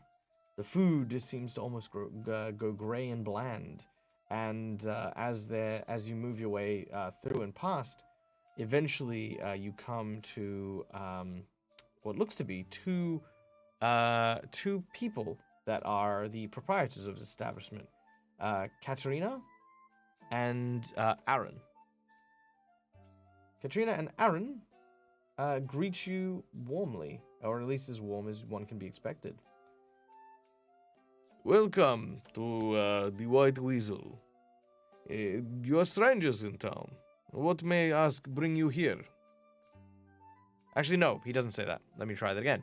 He says, Praskitsit vorsen thoughts this White Weasel. Tampusi dinar. I Yes, like how white hello, weasels are working in English. One drinky. Drink? Ah, One beerski. Sleep. Thanksky, Archki, Muchski, Budski. That's racist.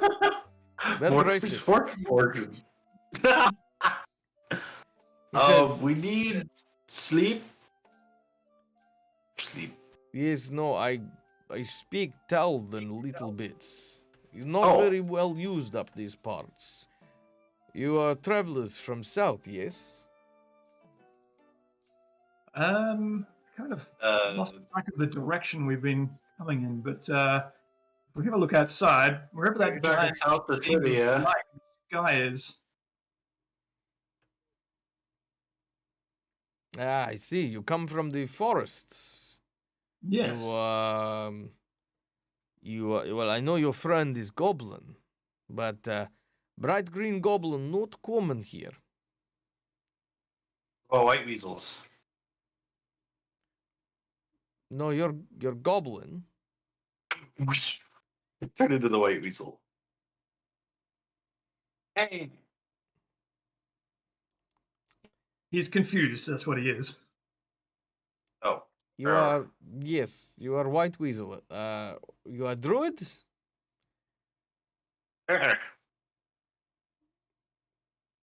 I see. He's magic man. I would just Magic goblin. keep your explosives locked up while he's here. That's Where? you'll be fine. Ah, do not worry. Katrina, she has way with violent people. You watch as Katrina is like making she's making eggnog, and you watch as she's like taking eggs, but she's like just crushing them between her knuckles. Like she's cracking 5 at a time, like she's just Cool. He's not violent, he's catastrophic. yeah. Surfy. He is. Well, I mean, unfortunately, we don't serve weasels. Gets hair in everything. So either turn back into goblin or wait outside.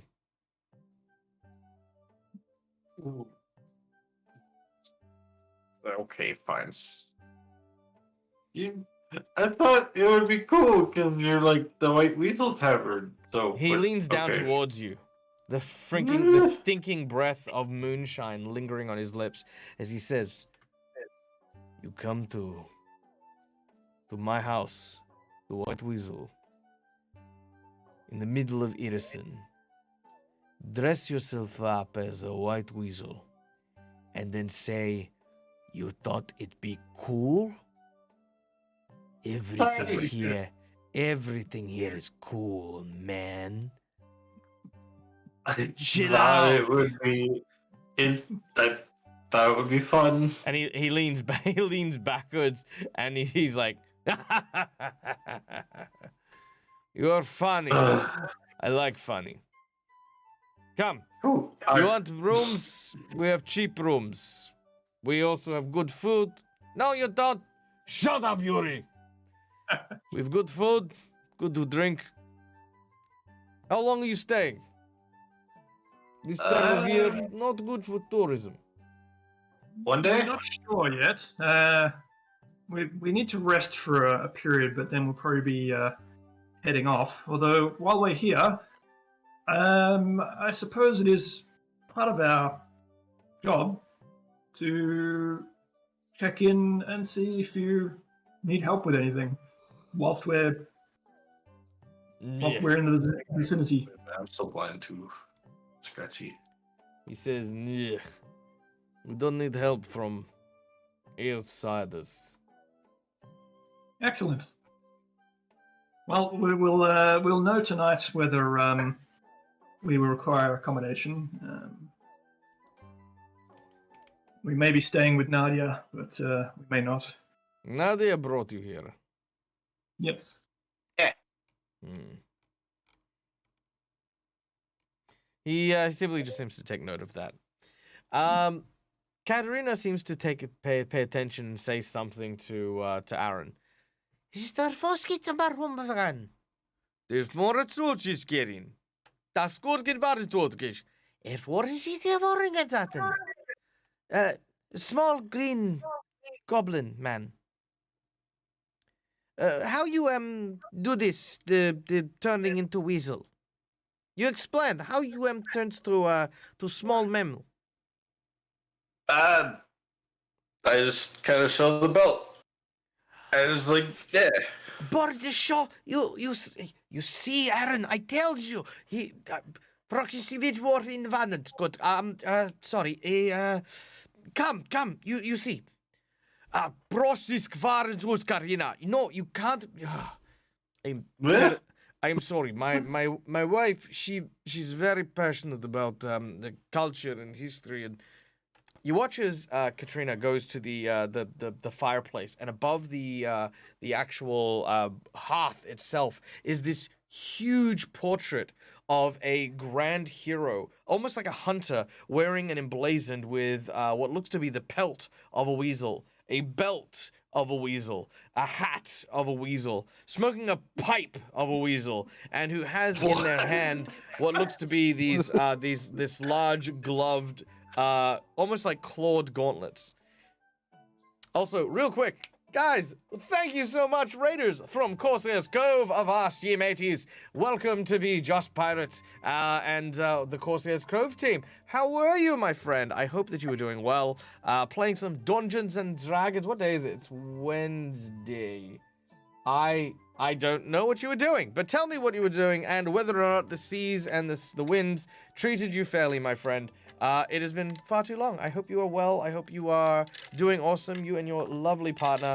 For those of you who don't know, Corsair's Cove, wonderful streamer from Perth, who does Dungeons & Dragons, role-playing stuff, and a whole bunch of really cool and awesome things. For those of you from Josh's group, my name is Marco. I'm the Deadliest Gamer. I'm also a Perthian. We play TTRPGs. I am well known for Pathfinder, but I also play D&D and a bunch of other cool stuff. If you want to check me out, give me a follow. Why? Because it's free, mate, okay? It's free, all right? I'm not asking for much. Just hit the button, all right? In fact, if 3 people hit the button right now, I'm gonna deal 5 damage to Grax, okay? 3 follows, that's it. 3 follows, 5 damage, okay? Come on, that's a deal. That's a steal, okay? That's all I'm asking. We break his leg. Oh, that's it. I'll literally break one of my players' Break legs. his leg. I'll break his leg. I'll break his other leg, okay? That's it. 3 follows, that's all I need. 3 follows, he'll take the damage, he'll break his leg. All right. So anyway, you get as 1 follow. There's one. Wait a minute. Mally, that doesn't count. You can't unfollow me and then follow me. Boo. What did you do to Malakisa, Grax? I didn't do anything. I unturned from the weasel. She wanted me to stay a weasel. Maybe that's it. All right. So anyway. Okay. So let's refocus here. Let's refocus. So over the hearth is. Oh, by the way, sorry. One more thing before we refocus. If you have any questions about the adventure, let me know. Right now, our group is trying to stop an endless winter. They've just arrived in the first town that they went through a portal, and they're still getting their bearings. This is a tiny town called Waldsby, a suspicious town in the land of Irrisen, which is run by a queen who is also a winter witch. So think Russia, think like the Black Forest, think that kind of thing. That's kind of where we're at. Okay, there we go. Now, as you are brought to the hearth,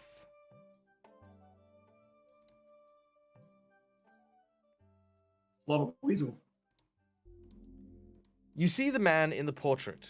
He seems to be a hunter and bears a striking resemblance to Karina.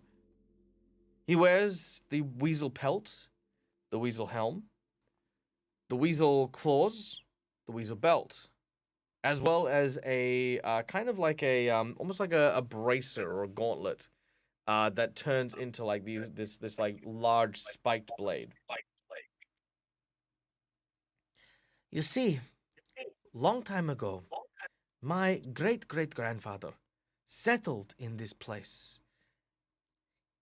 This was a wild land ruled by the Kelid people.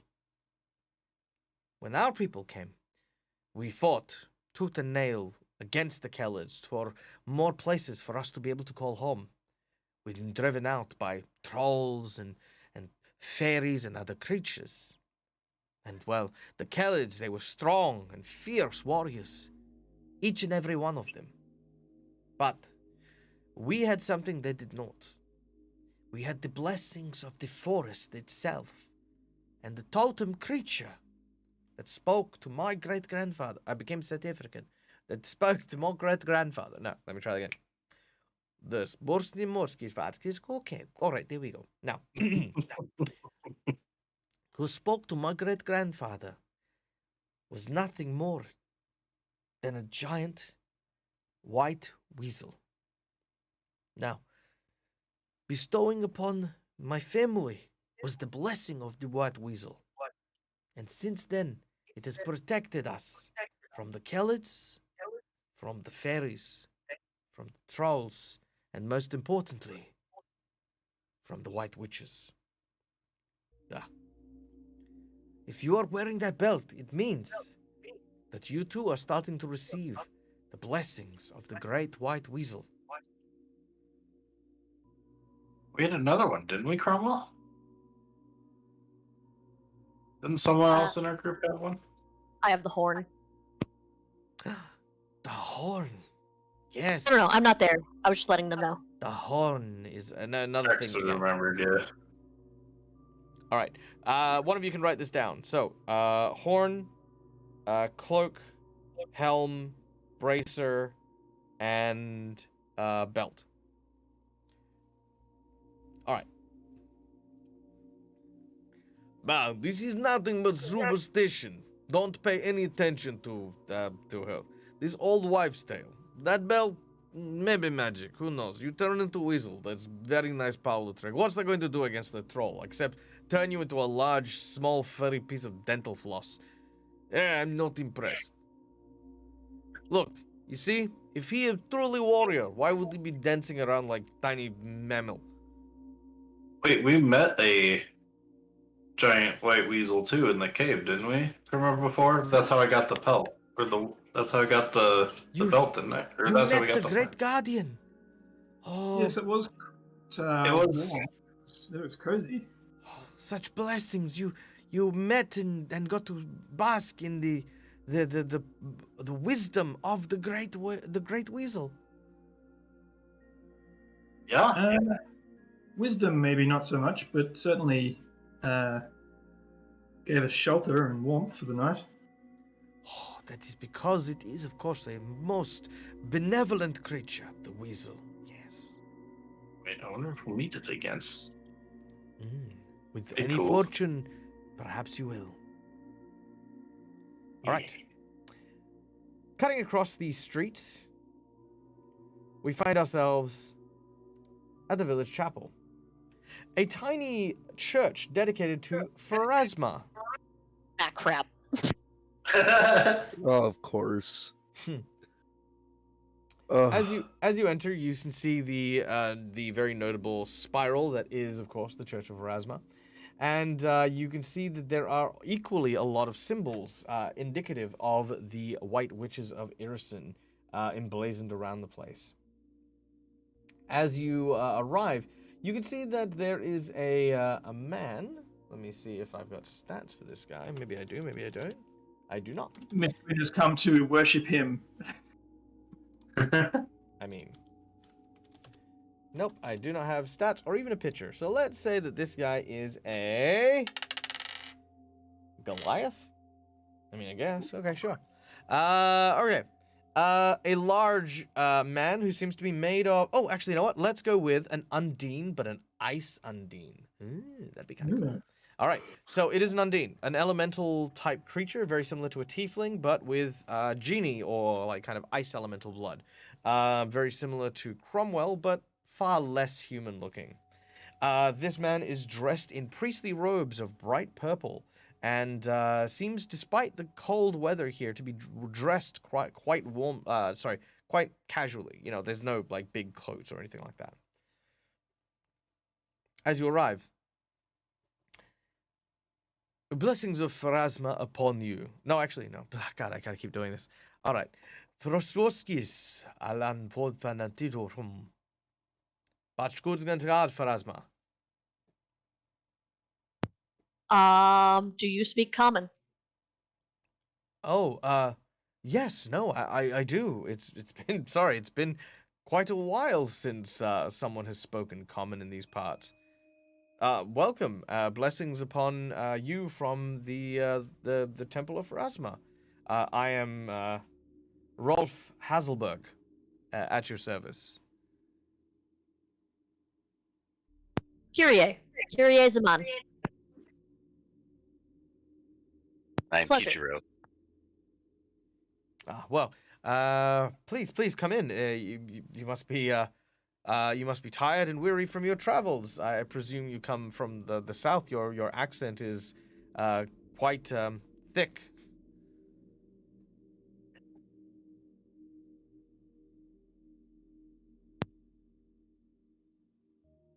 Where are we from? I don't remember the You're name of the place we're from. Taldor. Thank you.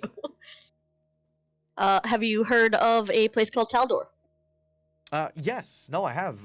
The language we speak, in fact, is Taldan, and I studied abroad for quite some time, traveling as far down south as Andoran, in fact, which you know is not too far away from Taldor.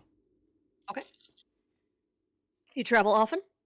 Oh no, this was much this was much earlier in my younger years. I often desired to become a pathfinder, in fact, to travel around and chronologue the history of the world. But well, it turns out that I don't have quite the constitution for it. So I decided to settle on a nice quiet job as the town priest here.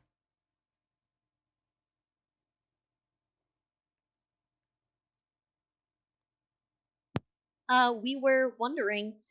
We have a friend who is in need of aid. Oh Of no, the more than just. He's deaf he's deaf and blind. and blind. He's been stricken by both. How unfortunate. Where are they? Should I go to them? I feel like it'd be quite cruel to ask them to come all this way. They are. I'm just picturing them just like dragging Mistwin across town. Or him just hobbling using his sword as like a walking stick. Whack, whack, whack, whack. Dang it. Have Kyrie lead him, so it's literally the blind leading the blind. Oh, God, yeah. You know Nadia's home? Nadia Pesca. Yes, of course. Yes, she was kind enough to allow him to rest there for a time. Very well. Yes, no, I'll pack my things immediately. If you don't mind me saying, it looks as though you've had quite a rough go of it as well. Do you also require healing? I'm sure I will, but I'd like to see my friend get some help first, if it's quite all right. Yes, no, of course. He begins to pack a few sundry things. He does tell you that there is, of course, a healing fee of 15 gold pieces. This is just a blessing or a tithe to the god. Do you guys have 30 gold pieces that you can spare? Let me see. One for yourself. and one I've for- got. I have 27. I have 8 if you want have- to come. I have some. 35. Sorry, Kichiro, what was that? I have some as well, so we have plenty. Sure. Oh, Not a worry. So you place 30 gold in a small coffer that is by the church and begin to make your way back across town towards Mistwin. Before we go, however, I would like to take a moment to shout out Hero Forge, who is in chat. Guys, Hi, sponsors of the guys. show, sponsors of the chat, Hero Forge, wonderful role players over there who, for those of you who don't know, we're going to be doing a big event on Monday / Sunday if you're in the US. And Hero Forge got to interview one of our competitors on their channel, which is very exciting. So be sure to go and check out and follow Hero Forge. Yeah, go check it out, all the cool stuff that you get to do, because then you can see not only the cool things that they do, but also how I do all of this sort of stuff. You know, like, yeah, you go. You can do all of it with Hero Forge. There you go. Yeah. All right. Now, actually, you know what? I should probably... Hero Forge. Boom. There it is. Follow the link. Okay. So, traveling across the small quaint town, you eventually arrive at Nadia's home. By this stage, Nadia is still kind of hard at work unpacking the dog sled that brought you here and all the supplies. And as you open the door, the children are out the back playing, while Emil is nowhere to be seen. Resting on one of the couches with what looks to be a sort of like a sort of, what do you call it, like a water skin of water, is Mistwin, just sort of catching their breath, and again, being unable to see and hear stuff is very disorienting. Every now and then, you kind of reach. Mistwind's like reaching forward to try and find something. Could be a drink. Could be just kind of check to make sure where they are. But it is kind of tough. As you enter, he approaches and says, "My word, your friend's eyes, they're gone. They've been removed. I didn't realize it was this bad. I thought perhaps just some scratches and the like, but oh no. This is far more grave than I thought. And their eardrums, they've been ruptured entirely. Oh no." Mistwin, you can't hear or see anything, but this person's just giving a cursory examination of you. This one's kind of just like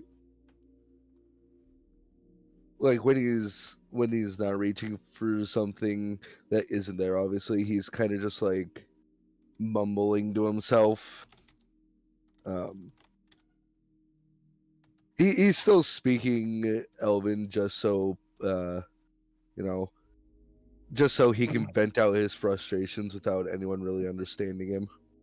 When I went to Oracle School, no one told me there'd be this many curses.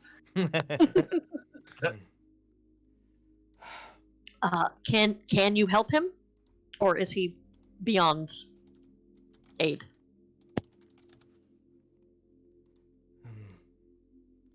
Well, there is perhaps something I can do. I can potentially restore his hearing. At the very least, it should be able to give him the ability to, once again, perceive at least some measure of the world around them. But as for their eyes, they're gone, I'm afraid. And without something to heal, I simply lack the power and ability. You see, there are many degrees of health that can be restored, some from cursory cuts and bruises, but deeper wounds, like the removal of limbs or body parts, even organs, cannot be restored by such simple spells. It would take a powerful oracle, witch, shaman, cleric, or druid to be able to perform such a maneuver.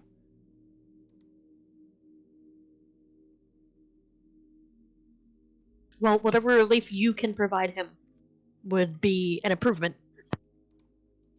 All right. He once again says it will, of course, cost a small fee. Mm-hmm. Which is exactly a total of spellcasting,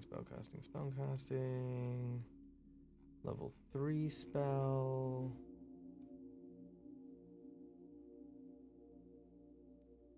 Okay, that will cost you Lots. not necessarily a lot. 3,000 gold. Services, there we go.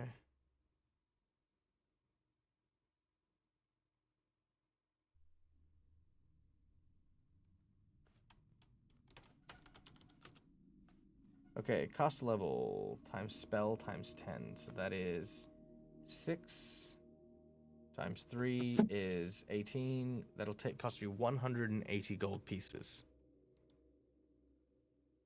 Divine intervention. That I definitely don't have. Divine healing, I think. Not divine intervention. Maybe. Ooh, you know what? Divine intervention. Divine intervention, I will allow you to cost. Sorry. So first of all, let's find out. 150 gold. Can you guys do it? Yay or nay? Nope. I have 35. Nope. Okay. In which case, I will allow Tony for you to use it. Divine intervention. That will circumvent the cost, and I'll do a really cool scene with it as well. If we use divine intervention. If we don't, then yeah, you guys need to come up with 150 gold to pay for the spell. But the divine healing ones. Well, Yep. Time for a bit of grave robbing. I mean, questing. Great question. All right. Look, I really want to help, and sure, 2,500. No worries, no worries. I've got other things. I've got other things. Oh, someone Well just redeemed him. Hey, McClover comes in. All right. So, he says, "I'm really sorry. I wish were there more that I could do, but I fear as though that I cannot."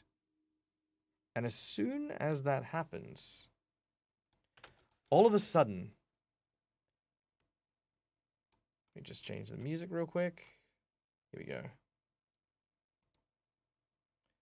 All of a sudden, light begins to shine in through one of the windows. And as it does, it shines directly into the eyes of the priest, who blocks it out. And as they do, he looks at his hands, and he sees the glimmering light dappled by snow upon the window. And he sees in his palm the silhouette of a spiraling star. He looks out of the window and sees the light only just merely flashing past. Nothing could cause the shadow. He looks at his hand again, and the image is gone. Moving to the kitchen, he looks outside, but there is nothing. Just this lingering sensation.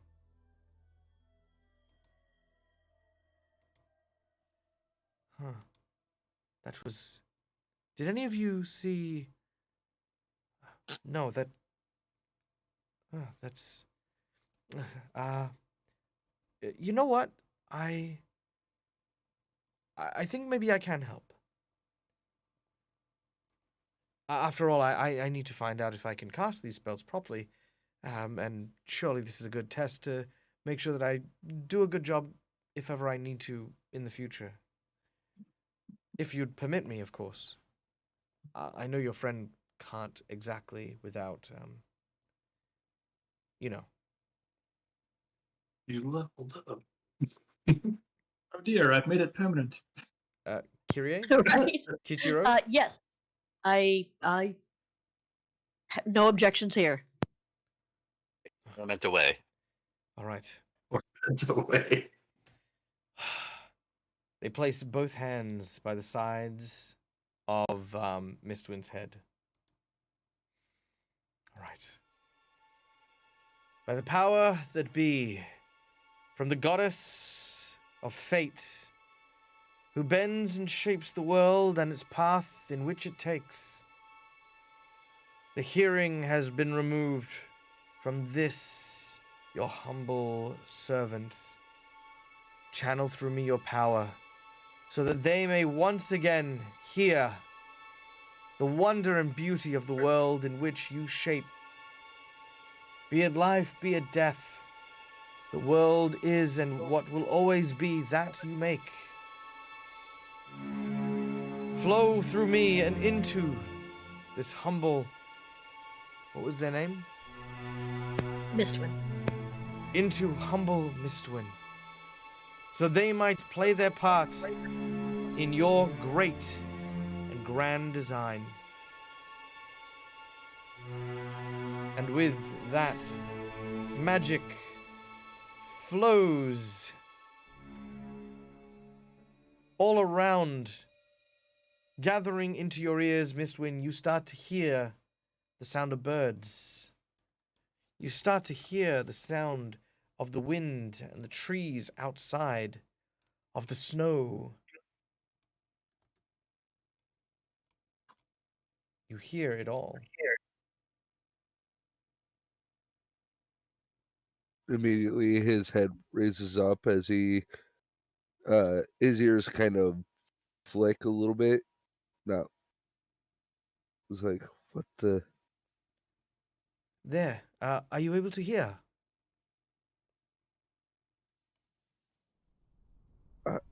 I can. Where am I? Who are you? Your voice isn't familiar. Miss Twin, it's all right. We're here. Kichiro and I are here as well. Oh, thank the gods for that. Well, you're not entirely wrong there. My name is Rolf Hazelberg. I am the priest here in the town of Waldsby, where you find yourself. You are currently residing in the abode of a mutual friend, Miss Nadia Pesca. Oh.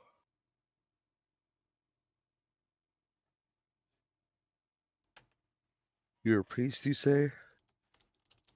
I am, yes. Priest of Pharasma, in fact. As soon as Vincent hears that, he kind of just starts laughing. Isn't that just a cruel joke? No, I'm the only priest here, in fact. So you're telling me that Pharasma decided that me of all people, she would Can allow Kyrie to... slide a hand over Mistwin's mouth to make him stop talking? Yep, absolutely. Unless Mistwin, you want to resist? No, he wouldn't see it coming. So can't even but, see it. but obviously, if someone's covering his mouth, it's probably for good reason. What Mistwin means to say is thank you for your assistance. Of course. And then he kind of just like pushes her hand out of the way. Yes, thank you. It is greatly appreciated. At least I have 1 cent back. Oh, well, it is my pleasure, of course. At this point, there's a knock from both the tavern and Nadia's home.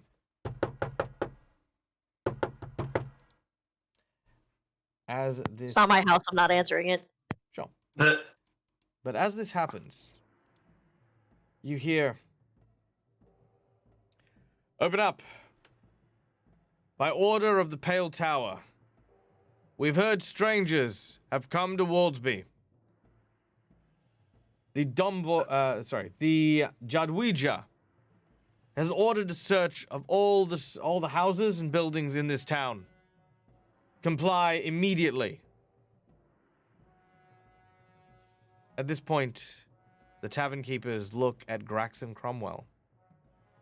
Yeah, might be a good time to turn into a weasel, Grax. I don't know if I can again. Never mind. I'm so palatry. glad you've used your once per day ability to go ta-da. That is so on point for Neil. I love it. All right, and of course, in Nadia's house, the priest looks in the direction of Mistwin, Kyrie, and Kichiro. And with that, looming over our heroes, we will end today's session. All right, but before we do, let's take a quick look at the Pale Tower gods. Do we have gods of the Pale Tower? Maybe we do, maybe we don't. There we go.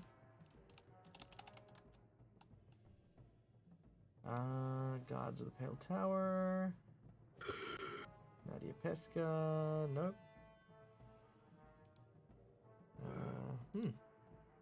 Let's see. Hang on, give me a second. I want to see if I can find. Nope.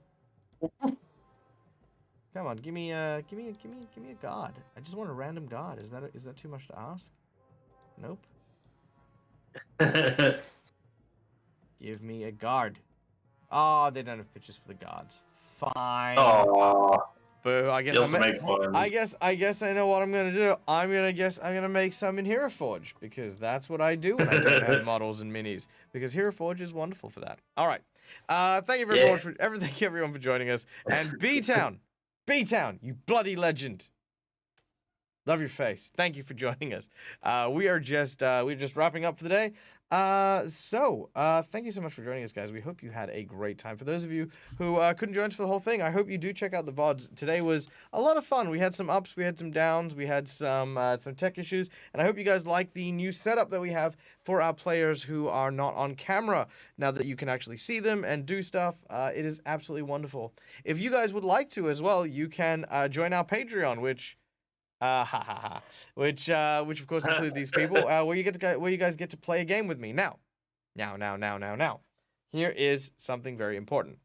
I am looking next year at potentially doing another Patreon game. I don't know when, just working it out. And if we can get enough interest for it, I am also considering running another Pathfinder game. This one running Pathfinder Kingmaker, which is going to be, boom, that one. I'm debating going off camera now because they look so cool. They do look cool. They look cool. And you know what? It's all about comfort because these are Patreon games and I want my players to be comfortable. So if they're comfortable off screen, this is what they get. And it looks cool. It doesn't mean that they miss out. It means everyone gets to see them and have fun. So there you go as well. But yeah, cool. So I'm thinking about running Kingmaker. I'm thinking about running maybe a D&D game, but we'll see. We'll talk. We'll do things. We'll do launch. It'll be next year though. So if you are interested, go check us out on the Discord. Let us know that you are, and if we can find enough people, we might do another game. So that's exciting. All right. Yeah, there you go. All right, guys, it is late. I am so hungry. I'm gonna go eat something. But I'm gonna send you. I'm gonna send you with some people, with some cool and fun people to hang out with. Let's see who is out and about, who is doing some stuff. The Paladin Archive is doing a 600-hour long stream. Jeez. Yeah, but I've rated them once already. Let's see. The Eldritch Scribe is doing some stuff. We do like Eldritch Scribe. Is anyone else doing stuff? I feel like Mindari usually does stuff around this time as well, don't On the they? recommended ones is doing Tony, you'd Dungeons love and to play a Dragons. game with us? Look, I'll tell you what as well, guys. Because we've actually had so many big donations, I'll tell you what, and I'll soft announce this. I am /was/will likely be running a community game for some of my big tippers, where you guys will get a private invite from me to run a game as a big old thank you for the people who have been donating as well. And the people who have been here for a while, who may not have had a chance to roleplay with me before, I'm looking at getting a couple of people to maybe, join us for that as well. So there you go. Can't go on my camera as my wife is a nudist and I don't want to get blocked. Fair. I respect that because you know what, like, live your life the way you want to live. It's all about the pursuit of happiness, and you know what, if this works, great. If I do another Through the Breach, dibs. Oh yeah, I'll let you know that. Yeah, it doesn't look like there are too many people out and about doing stuff, to be honest. So you know what, let's raid the Paladin's Archive. I tried. I looked. Yeah. So yeah, guys, let's give the Paladin Archive all of our love. Let's give them a big, warm, dead Aussie welcome with our raid emotes. Make them feel wonderful. Make them feel special. And guys, tell them how cool a roleplayer I am. Tell them, like, hey guys, why haven't you asked Dag to come play on this? Why haven't you invited the dead Aussie gamer to come do things? I don't know. Be nice. We'll be good. All right, guys, stay safe, stay wonderful, be amazing, and until we meet again, as always, from me to you, game hard or die trying. Good night, folks. Bye. Right.